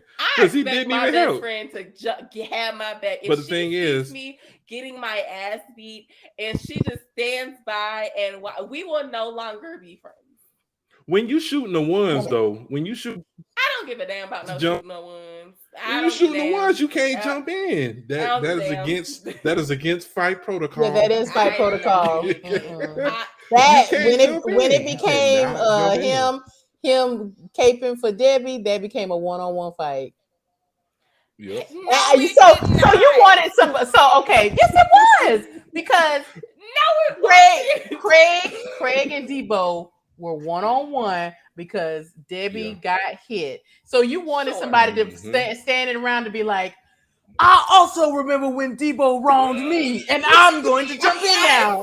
Yes, because my specific to this answer is I remember Viva la Revolution. Like, I mean, the neighborhood. He had been Not the terrorizing the revolution. neighborhood, so sure he. that's what Kayla wanted to be, the neighborhood Yes. revolution. Yes, because why you No. come after I'd have knocked him out to punch him, Red?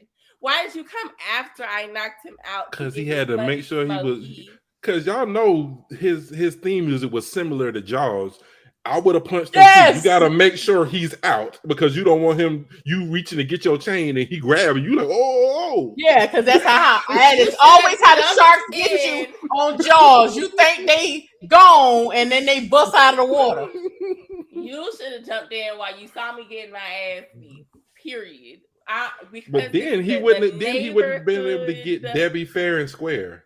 They didn't exactly, and we needed that part in the movie. However, Craig and Smokey didn't jump in when Red was getting his ass whooped. So, Yep. but okay, cool. Yes, Y'all ain't this even is that do nothing. one.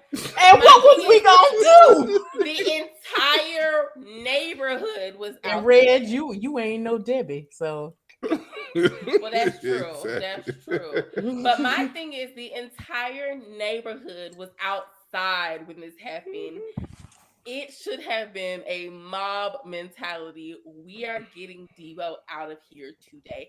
And I really want to know what happened to him. I feel like it was. I really went feel to like jail. it was a neighborhood effort. Them they're trying to encourage him while he was Yeah. getting his ass beat was a neighborhood effort. I really disagree. do. We gonna have to agree he to got up. disagree because He got up. He got that brick. Even though it His wasn't a mom- fair I am fight. taking this on. His mama was about to use that gun. His mama was about to His get mama in was there. about to use that gun. But then the daddy was like, "Nope, let him be a man. But Let him they be a man." they encouraged him to be a man, and then they cheered him on. Go. Listen, Kayla my trying to fight dirty. Kayla Yeah. come in there with dirt in It her might hand. be, it might be, but I don't see it that way. so you didn't want it to be a fight. You wanted Debo to get jumped. That's what it was. Hell yeah, because my thing is you have been terrorizing the neighborhood. Sure, this one-off incident affected someone I love, but when I started fighting you to say, okay, this is for the neighborhood, we're stopping this today. I'm the first person to stand up to you, and when you watch me get my ass beat, you should have jumped in. You should have jumped in because I thought we was all trying to get rid of Debo, not just me. Everybody wasn't trying to get rid of Debo. He They was just- only terrorizing certain people. Secretly, they was trying to get rid of Debo. Secretly. Secretly, they was. I think that they had accepted that Debo was a part of their lives. He's just a Mhm. neighborhood bully. And as long as I don't have no smoke with him, he ain't gonna have no smoke with me. I'm gonna stay out of his way. He gonna stay out of mine. Now when he come around, I put my stuff up. When he right, leave, I take or my I stuff go in back the out. But right, you and I see- be talking again. My thing But- is, you see that this is the opportunity to get him out of here because someone has finally stepped up to him, and now you see this person needs help in trying to end this. You should help. I wouldn't jump in no damn fight like On that. the ones, not in the ones. It's not If a we one. shoot- If we, it was a one. I It don't was see definitely that a way. one. I don't see it that way. I don't see it that way. You can't. So you think that they should have tagged me in, Craig? Like, Hell yeah.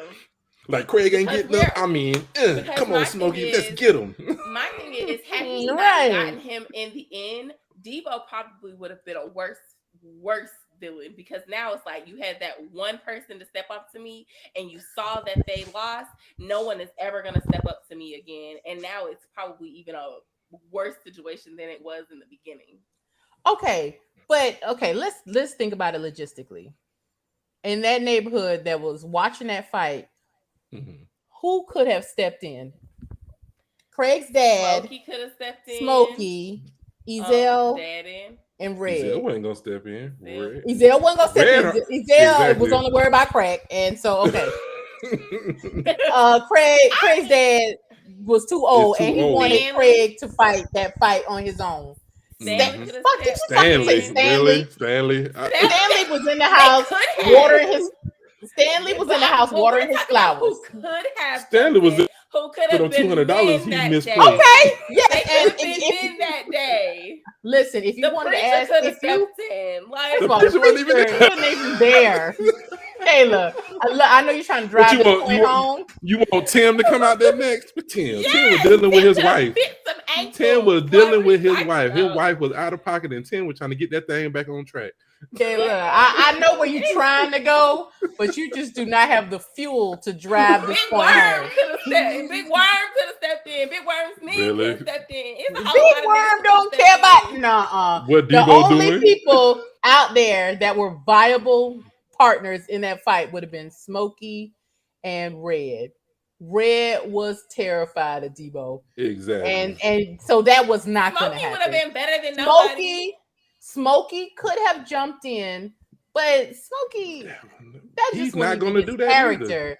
No, and so the only person who would have been a formidable opponent for Debo would have been Craig. And so, I mean, you acting like you want Craig Mama, Smokey Mama, Debbie, Felicia, all them to join in. They could have. They could have. I don't think y'all seen Red jump in men's fights to make sure that the point gets driven home. Say the what? And the only reason, especially in the hood. What did she say? Just say? I said I've seen plenty of women jump into men's fights to drive the point home, and especially in the hood. And on behalf of Sips and Scripts, don't do that. You know that's right. What? No, don't jump in no men's fights. Have y'all ever really leave? Don't jump in nobody's fight. How about that? Whatever. But that's I'm old saying mentality, because this new mentality, I'm not gonna put up with that. Okay, period, point blank. I'm not doing it. If Debo was in the neighborhood and I saw my brother Craig trying to better the neighborhood for me, and get this man out of here, I'm jumping. But nobody saw that as that. They were not looking at they were not looking at Craig as like some green neighborhood cleanup. He was just a nigga that was in a fight. And niggas want to see a fight. Like, it's finally about to go down. Somebody finally about to fight Debo. Let me see how this go down. Stand up. And shoot, a lot of them probably standing around like, I hope this nigga win, because if he lose, we gonna have hell to pay tomorrow. That's what I said. That's what I said, y'all. That's what I said. But he didn't lose. He won. He didn't lose. He won. But he could have lost. He won. So I'm saying the only person that would have been like, it's like, oh, he should have helped his friend. That should have been Smokey. But I feel like Smokey was the type. He want no. He's not get your hands dirty. No. Yeah, he wasn't a get your hands dirty person. And Debo didn't really do anything to Smokey that we saw. I mean, he took some money from him, but they had stole the money in the first place. So what was funny was what me and Debo would have been fighting about is him picking me up like a little arm baby and dragging me out that window. You're not gonna just pick me up like a baby. Like, get your hand off me. Get your hand and place me on the ground. Yeah, that scene was so extra. Like, okay, yeah, Smokey should have really fought through that one. Now that should have started the neighborhood fight. This movie would have been 30 minutes long. Like, hey, you get your hand, you don't put your hand on me. I'm just saying, he did cradle him and place him gently on the ground. Yes. I'm just gonna put that out there that y'all are all a mess. Okay. That was quite extra. Well, okay. My final thoughts, because I think we're at final thoughts. My final thought on this film is that I feel it was a heartfelt neighborhood movie. And even though Kayla disagrees about the solidarity at the end, I felt like through this whole movie we done seen where Smokey can't use the bathroom in their house, Felicia can't borrow the microwave, and Craig can't borrow no money, but we're gonna all stand together at the end of the day and take down this bully Yep. by use of your hands, Craig, not mine.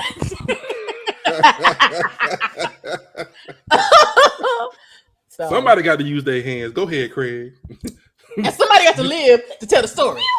You've been off all day. Right. You should be well rested. Exactly. So that's where I'm at with that. Anybody else got any final thoughts or anything we missed? Oh.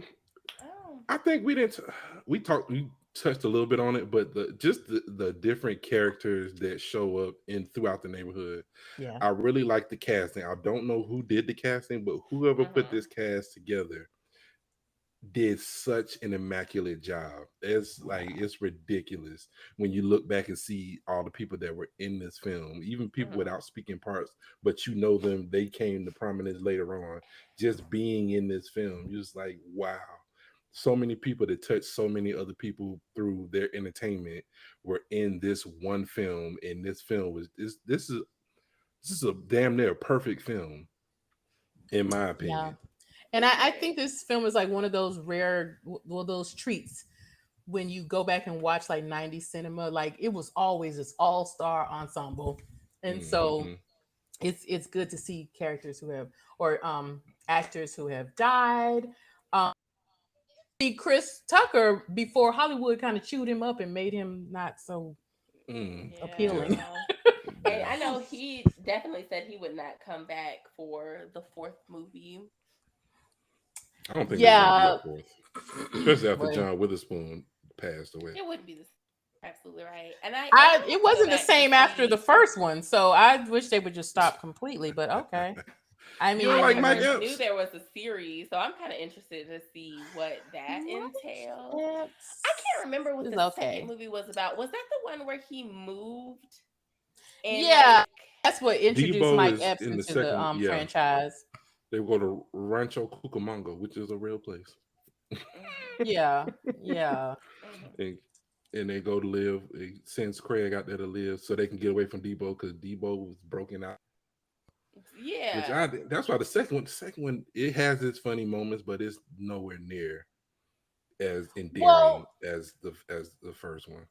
Right. Well, because essentially Craig's character is snatched out of his neighborhood and put in a new one. And so we had all new characters to learn, and he didn't have any connections with them, only his cousin. Yeah. And so it was just like, it just wasn't that heartfelt feel that the first film had. So those movies just are not on my favorites list, but Friday is. I understand. I don't know. Man. Yeah. But I don't think I have any final thoughts, but we could definitely go into best worst. Okay, we sure can. Who wants to go first? Who wanted to give us the best worst and weirdest? Well, it's on you, Kayla. Me? It's your who you decide goes first. I'm about to go first. My best of this movie was, I do think it was a great portrayal of just like a day in the life of two friends. Even though it was a little dramatic in some parts, I think it was a good portrayal of just, I'm on the stoop, this is what's happening today in my neighborhood. I thought it was really nice. Best, worst, nobody jumped in to help Craig fight Debo. Period. Point blank. You just hold it against the whole neighborhood. I'm holding against the whole neighborhood, and I'm extra holding it against Smokey.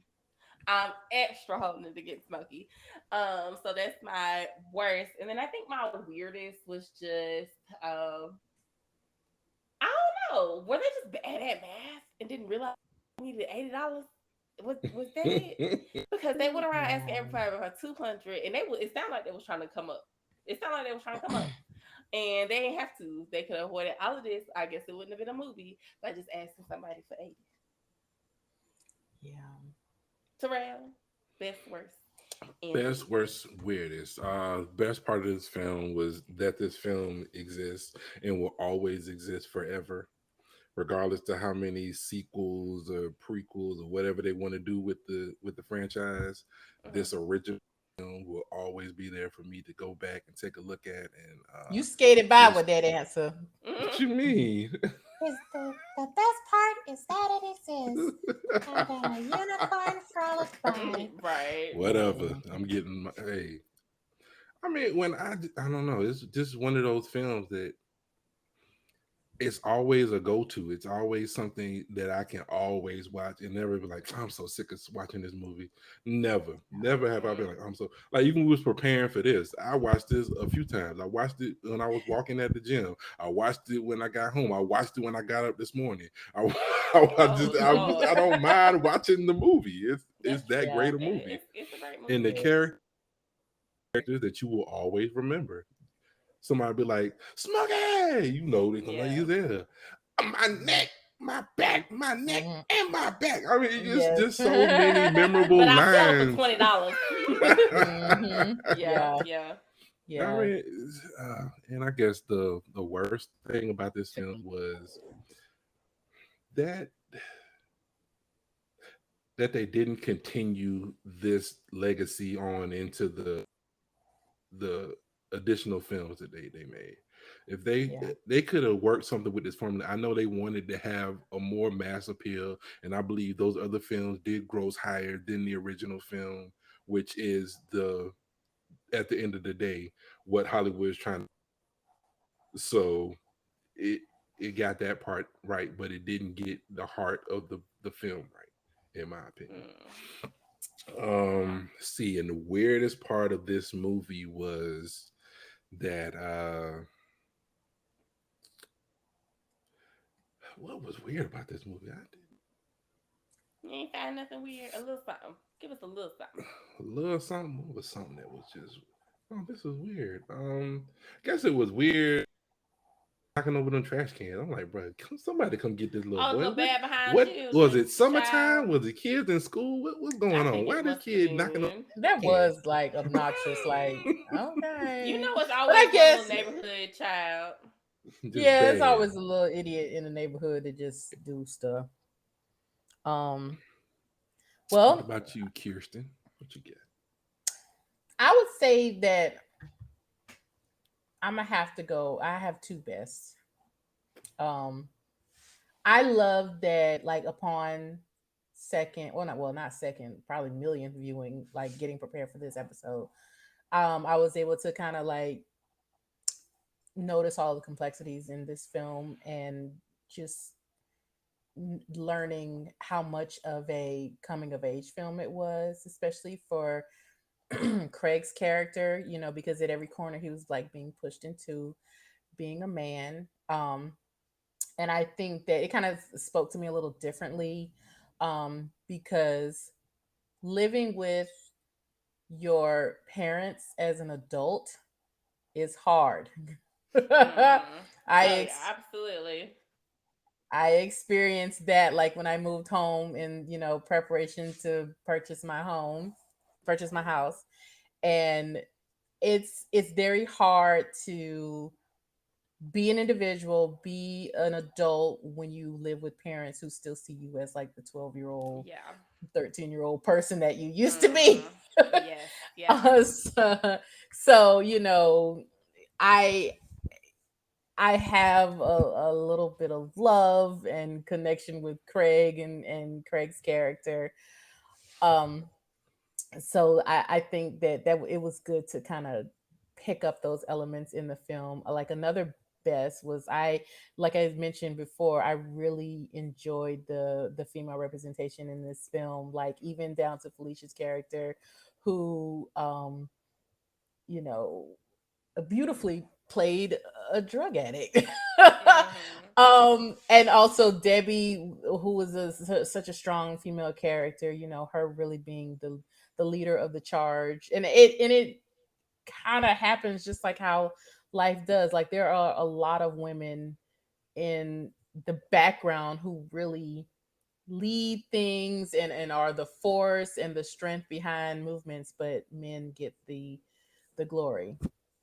Um and like even you know even the small characters like Craig's mom, who I felt like she was a strong female character because she was like, no, I'm not giving you any money. I don't feel comfortable giving you money without a job.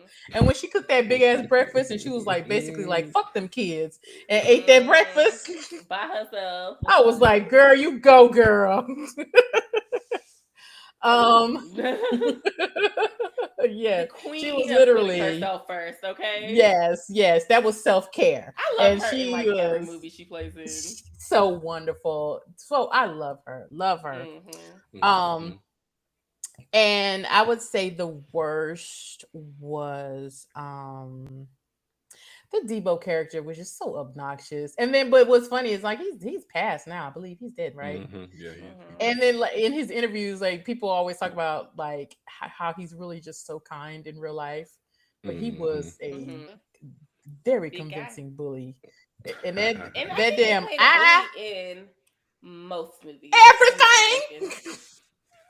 Yeah. Because he just had that look. But then I remember this. I was watching this late night interview, and they were just talking about how incredibly kind and sweet he is. And like he was like, "Yeah, my favorite. I don't even curse in real life, and my favorite Really? drink is milk and cookies." And so they gave him milk and cookies in the interview. I should find that and post it. But yeah, like, but deep. I don't know. Bullies. I don't know. Now I'm interested in what made Debo a bully. You got the origin story. Of I Debo. need Right. yes. I need the Maybe such Debo a origin convincing- story. I think he probably became a convincing bully because he was big and tall and muscular, and he had this face that kind of gave. It's something about his eyes. Yeah, man. He was looking at you and everybody else with them eyes, and it was just like a lot going on. But yes, I need the Debo origin story. I need to know what happened in his childhood that made him be a big bully. It was he bullied. What happened to him? So, but yeah, so that is the worst for me, and the weirdest. Yeah, man, that money thing. Like, Terrell never even thought about it. Like that whole all they Me needed was neither. $80. Yes, you got the 100. You sold the dove for 20, Yeah, so that you was need weird. 80. Like, come on, y'all. Yeah, They that wasn't was thinking. either that was a plot hole or they were just that fucking dumb. And Or but they I were mean, just that high. or yeah. And I mean, back in the day, $80 was a lot to just come up on. But even still, That's it's true. certainly like easier than $200. Mhm. But yeah, that was not really fleshed out well. And also Yeah. maybe another weirdest would be Big Worm's wig. That was offensive. Not even weird. So we need best, worst, weirdest, and offensive. Because that Offensive, it wig was offensive. It was was awful. offensive. Really? That was a wig? Now you know that wasn't Wendell hair. Why wasn't? Wendell said, "Hey man, I got ready for this part." He grew out his hair. I'm ready. I brought the curls. I don't need nothing else. Got it. Hey. Yeah. And why? Money's like playing with my emotions. Was he washing that money with the ice cream truck? Because I was like, hell, that's not a bad investment. Of course. Yeah. Of course. Mm-hmm. Of course. Hey, however you get it, you better find some way to get it clean. That's true. It's happy hour, y'all. It is happy hour. Who we drinking Happy- with? Who we drinking with? Happy hour. Kayla, what character from the film are you I'm sitting down and taking a sharing a sip. cocktail with? I feel like I gave this answer once before, and I was like, "That's creepy." I'm sipping with Debbie. With Huh? who? Debbie. Debbie? Oh, with Debbie. Oh, you gonna share your cocktail with Debbie? I'm sharing my cocktail with Debbie. I really like Debbie. Why? Wait. Yeah, why are you sharing your cocktail with Debbie? See, that's where y'all like to judge somebody. When have we ever judged you? when I said I was taking a drink, I think it was with Zendaya. What did we do? We do something with Zendaya? Yeah, it was. And I said, I understand Zendaya's fine. And I said that maybe it would lead to a greater relationship. But what I said to you was that Zendaya wasn't in the movie. MJ was. And if you call that judging, so be it. So are you taking a sip with Debbie or with Nia? I'm taking a sip. What character are you taking a sip with, young lady? Okay, so if we're gonna say what character, I think the mama. I think Craig mama probably would be a good person to sit down and have a conversation with, even though she was a little, Maybe she shared that good ass breakfast with you. Right. She had a strong head on her shoulders, I believe. Even with the what's the girl from across the street name? She's Miss like, Parker. okay. I feel like she had a little discernment in there. Oh my God. So I think she'd be a good person. Terrell. Let's see. I'm going with Pops. Okay. I'm definitely, because I'm pretty sure he got some to tell. Just them dog picture stories. Hell yeah. You take a dog, you check it, you kick the shit out of him all day in a dog ass. Bang, bang, bang. And I have my pen. I be, you choke them, and then you what the? Oh my God! Yes. Good one. Yes. I think that I would share a cocktail. I would sit down and share a cocktail with Rita, because she gonna tell me that Smokey called her. Whatever. Smokey hit that. Smokey hit that. Smokey hit that. With the At Mr. Fantastic reach. Hit that. Whatever. Who is that? Smokey hit that. Who Mike is making that noise? I don't hear anything. I hear it. What you hear? No, I don't. Is this what you hear? Nah, yeah, that. Yeah. Oh, that was What's me. that? My bad. I was moving this cord. My bad. But that ain't what you been moving it to. My bad. Anywho, yeah, Smokey hit that, and you can't pay me to think any differently. I'll give you 2 cents because I know that is not true. You don't think Smokey hit that? No. He's delusional. He's delusional. Y'all delusional. She never lied. She told him 100% true. She just embellished a little bit. No. Well, but at this straight point, up fabricator of the truth. You are a liar. But that's not what I'm talking about, though. Whether she lied or not, that's not what. Oh yeah, I know you talking about they slept together. You think they slept together? Where's your proof? He hit that, man. Oh, we ain't got no proof. Where's your proof at? Well, I mean, I only have the runtime of 90 minutes. I don't know what I can point out to you, Terrell. I don't have. I mean, they're not real. Even in the extended cut, they didn't hit it. He hit that. He hit that. He called her. He called her. Absolutely did. Yeah, he called her. Can't convince me otherwise. Because why wouldn't he? Because yeah, trying why to get Terrell? What you mean? Why wouldn't? Because that wasn't his type. Everybody got a type. So First y'all ain't got no types.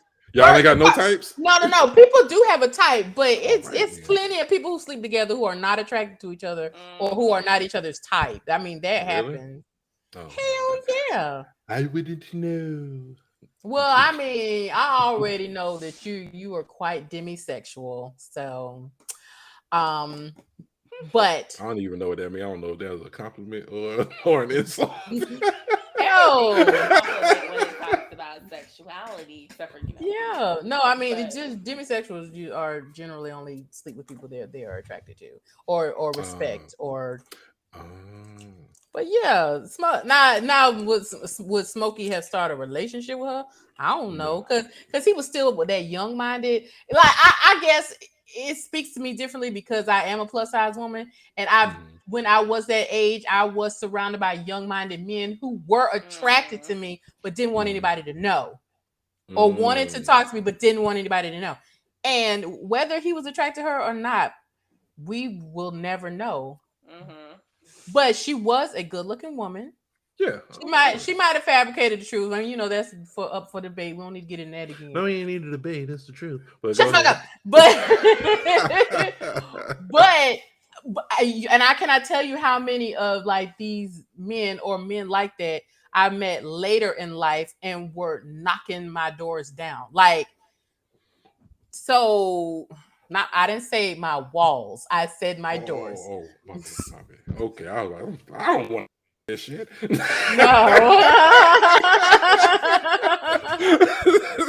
Yes, no, not my walls, my doors. Oh my. Terrell, your eyes go raging on this. Oh my your God. eyes stretched to the damn hilt. But no. But yeah, like all in my DM, like and guys from high school, like that I would have never talked to me before. Like DM me and all that stuff. And I recognize that in Smokey, and that's why I speak so strongly saying that. Like, hell yeah, he called him. Well, I see how you could get to that conclusion. Yeah. He was just fronting and trying to be funny, and because Rita showed. Now, if Rita would have showed up at Smokey's house when nobody was out there, he might have would have talked to her a little bit. But she showed up in front of Craig. So and he was bragging. He was bragging about meeting that part.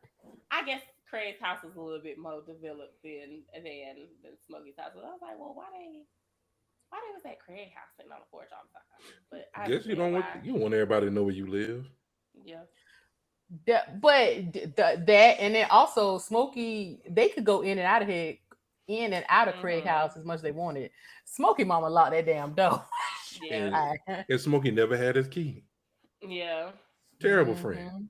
Terrible son. Yeah. Terrible. But we can talk about this movie till next week. The wheels fall It's a great movie. Yeah, it is. Make it enough. Mama, this ain't enough. Make it enough. Anybody want to share what they binging? What am I binging? Go ahead, Terrell. Me, I'm watching She-Hulk. I started what's the show on HBO from Issa Rae? Rap shit thing? Rap shit, yeah. I started that. I'm trying to get into it. We'll see how it goes. But I didn't watch Insecure or any of that other stuff. So this will be my first I'm not gonna lie to foray you. into Issa Rae. That I tried to watch it and it was just it didn't do it for me personally. I just didn't like the way the show was set up, I guess. It seemed really annoying. I'm an Issa Rae fan, but I watched Insecure, but I only watched like the first 2 seasons. Like I keep saying, I'm gonna go back and finish. You know how that go. But like, so I eventually I will maybe. But I watched the YouTube series that she did, the bootleg YouTube, which was called Awkward Black Girl. Insecure is supposed to be like the updated adult version of Awkward Black Girl. But to me, it just wasn't the same. Like she was literally an awkward Black girl, and I just never felt so seen before in my life. Like her interactions with that YouTube. You watched the YouTube series, Kayla? I loved it. And I thought that Insecure would be more like that, but it's more like day-to-day dating and Black love and drama and friendships, which is great, but I wish that it was more of the awkward Black girl. Is Insecure more like a Black Sex in the City type show? Is that kind of the vibe they put off for that show? Because like I said, I've never seen it. It would be, to me, it would be like a mix of a Black Sex in the City and Girlfriends. Okay. Especially because in the beginning, I don't think they had all those friends, but then they started bringing in the friends, and then it became like a solid 4-person group, or I think 4 5 or whatever. Mhm. But yeah, it's kind of like on that level. But watch the YouTube series. I mean, it's probably like so outdated, and you might be like, "Ugh," now. But back then, I watched it faithfully, and I was, "This is so great. She's so awkward and weird, and I do that same shit that she does." Yeah. So, but yeah. Um, what are you watching, Kayla? So I'm also watching She-Hulk. There's this new show out called This Fool. Y'all, It's cool. it's hilarious. Where's it I on? suggest everyone watch it. Is it Hulu? Yeah, it's on Hulu. It's called This Hulu. Fool. It is hilarious, guys. Please, please go watch it. It's so funny. And then Miss Pat Show season 2 is out. Is the whole This is season out, Neptune. or I don't know if the whole season out. I think that's how they did it last time. So hopefully, or did they do it that way? I know I binged it, so it might not be out the whole time. But I have watched the first episode, and so I will be continuing to watch that because I really like it. I know it's Yeah, a I little saw it. finished the first controversial. season. I It's a haven't little finished the first season. controversial, but I really enjoyed it. listen, I'm gonna watch it. That damn Tammy Roman, I did not know. They say she's I knew good. she was They say funny, she's good. Yeah. and she is ridiculous on that show, and she is the breakout star of that show.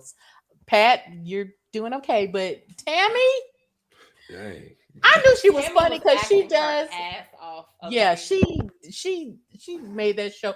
It would be some funny shit she say. I would rewind it like 10 times. Like, oh my god, Yeah. it was hilarious. So you got to finish that season. It was so good. Yeah, So good. I Even saw up to that that season last 2. episode too. Was the last episode or the episode before that when they got into that big fight? Yeah, that was the Yeah. last episode. She's acting her ass off. Yeah, Oh, she's facial doing. expressions. I had no everything. idea she could do it, but she is doing Yeah. it. And But I have this weird thing because I watched her on Love and Basketball, and I always said, you know what? She looks like she gives great hugs and great advice. Like, because she looked like your auntie, she looked She like does. your auntie, and she just had that auntie look, especially like as Yeah, she's gotten so, older. you know, Because I hadn't really watched her on TV I like since hugs. The Real World. Oh dang. Yeah, like I never watched Love and the basketball reality shows. I never watched that. But because I liked her back then, but and I know Yeah. she's done like funny social media videos and stuff, and that has done well for her. But she The Bonnet has, Chronicles. yes, she's Yeah, exceeded that's my it. expectations on this Miss Pat show. She's doing a phenomenal job. Absolutely. And I saw where season 2 was out, but I was gonna wait a while because I like to binge stuff. I lose traction if I got to watch it week to week. Sorry. Binging and streaming sites have really spoiled me. I cannot keep my attention span week to week. So I'm waiting for the Miss Pat show. I'm gonna see if it's all out, and also the Mike Tyson story on Hulu. Oh my gosh. I'm gonna Yeah, I watch want to that. see that, but they said I- that dude that playing Mike Tyson. I don't know if I can rock Yo, with him. I like I was in Javante. the background. I'm not saying him as an actor. I mean him as looking like Mike Tyson. Like Yeah, they've He been might not roasting look that like- older one. He might not look like Mike Tyson, but if you go and just listen, he sounds exactly like Mike Tyson. My friend was watching it, and I was just happened to be in the room, and I was like, "Damn, Mike Tyson on the TV? What's going on here?" It sounds exactly like him. Yeah, when I watched the Exactly trailer, like it him. did sound pretty authentic, but the looks. But I think that people were really roasting like the later the older like Mike pictures, Tyson yeah. of him older. But I yeah, was like, oof, that looks scary. yeah, it looked rough. Mike Tyson don't look like that. Yeah. So But- I'm waiting for all Is of this those the episodes. one that Jamie Foxx was talking about a few years ago? Is this the same one, or Oh, I don't know. Mhm. Jamie Foxx is trying to do? I don't know, but I hear Because Mike Tyson is not very happy about it, which Okay, makes then me it wanna ain't watch the it one. That ain't the one. even Is it more. because he wanted to play it himself? Why? Do you know why he's not happy about it? I think he had a lot of controversy in his life, so I guess he's not happy with the portrayal. But we hear that a lot because Lil Kim was not happy with her portrayal in the Notorious movie.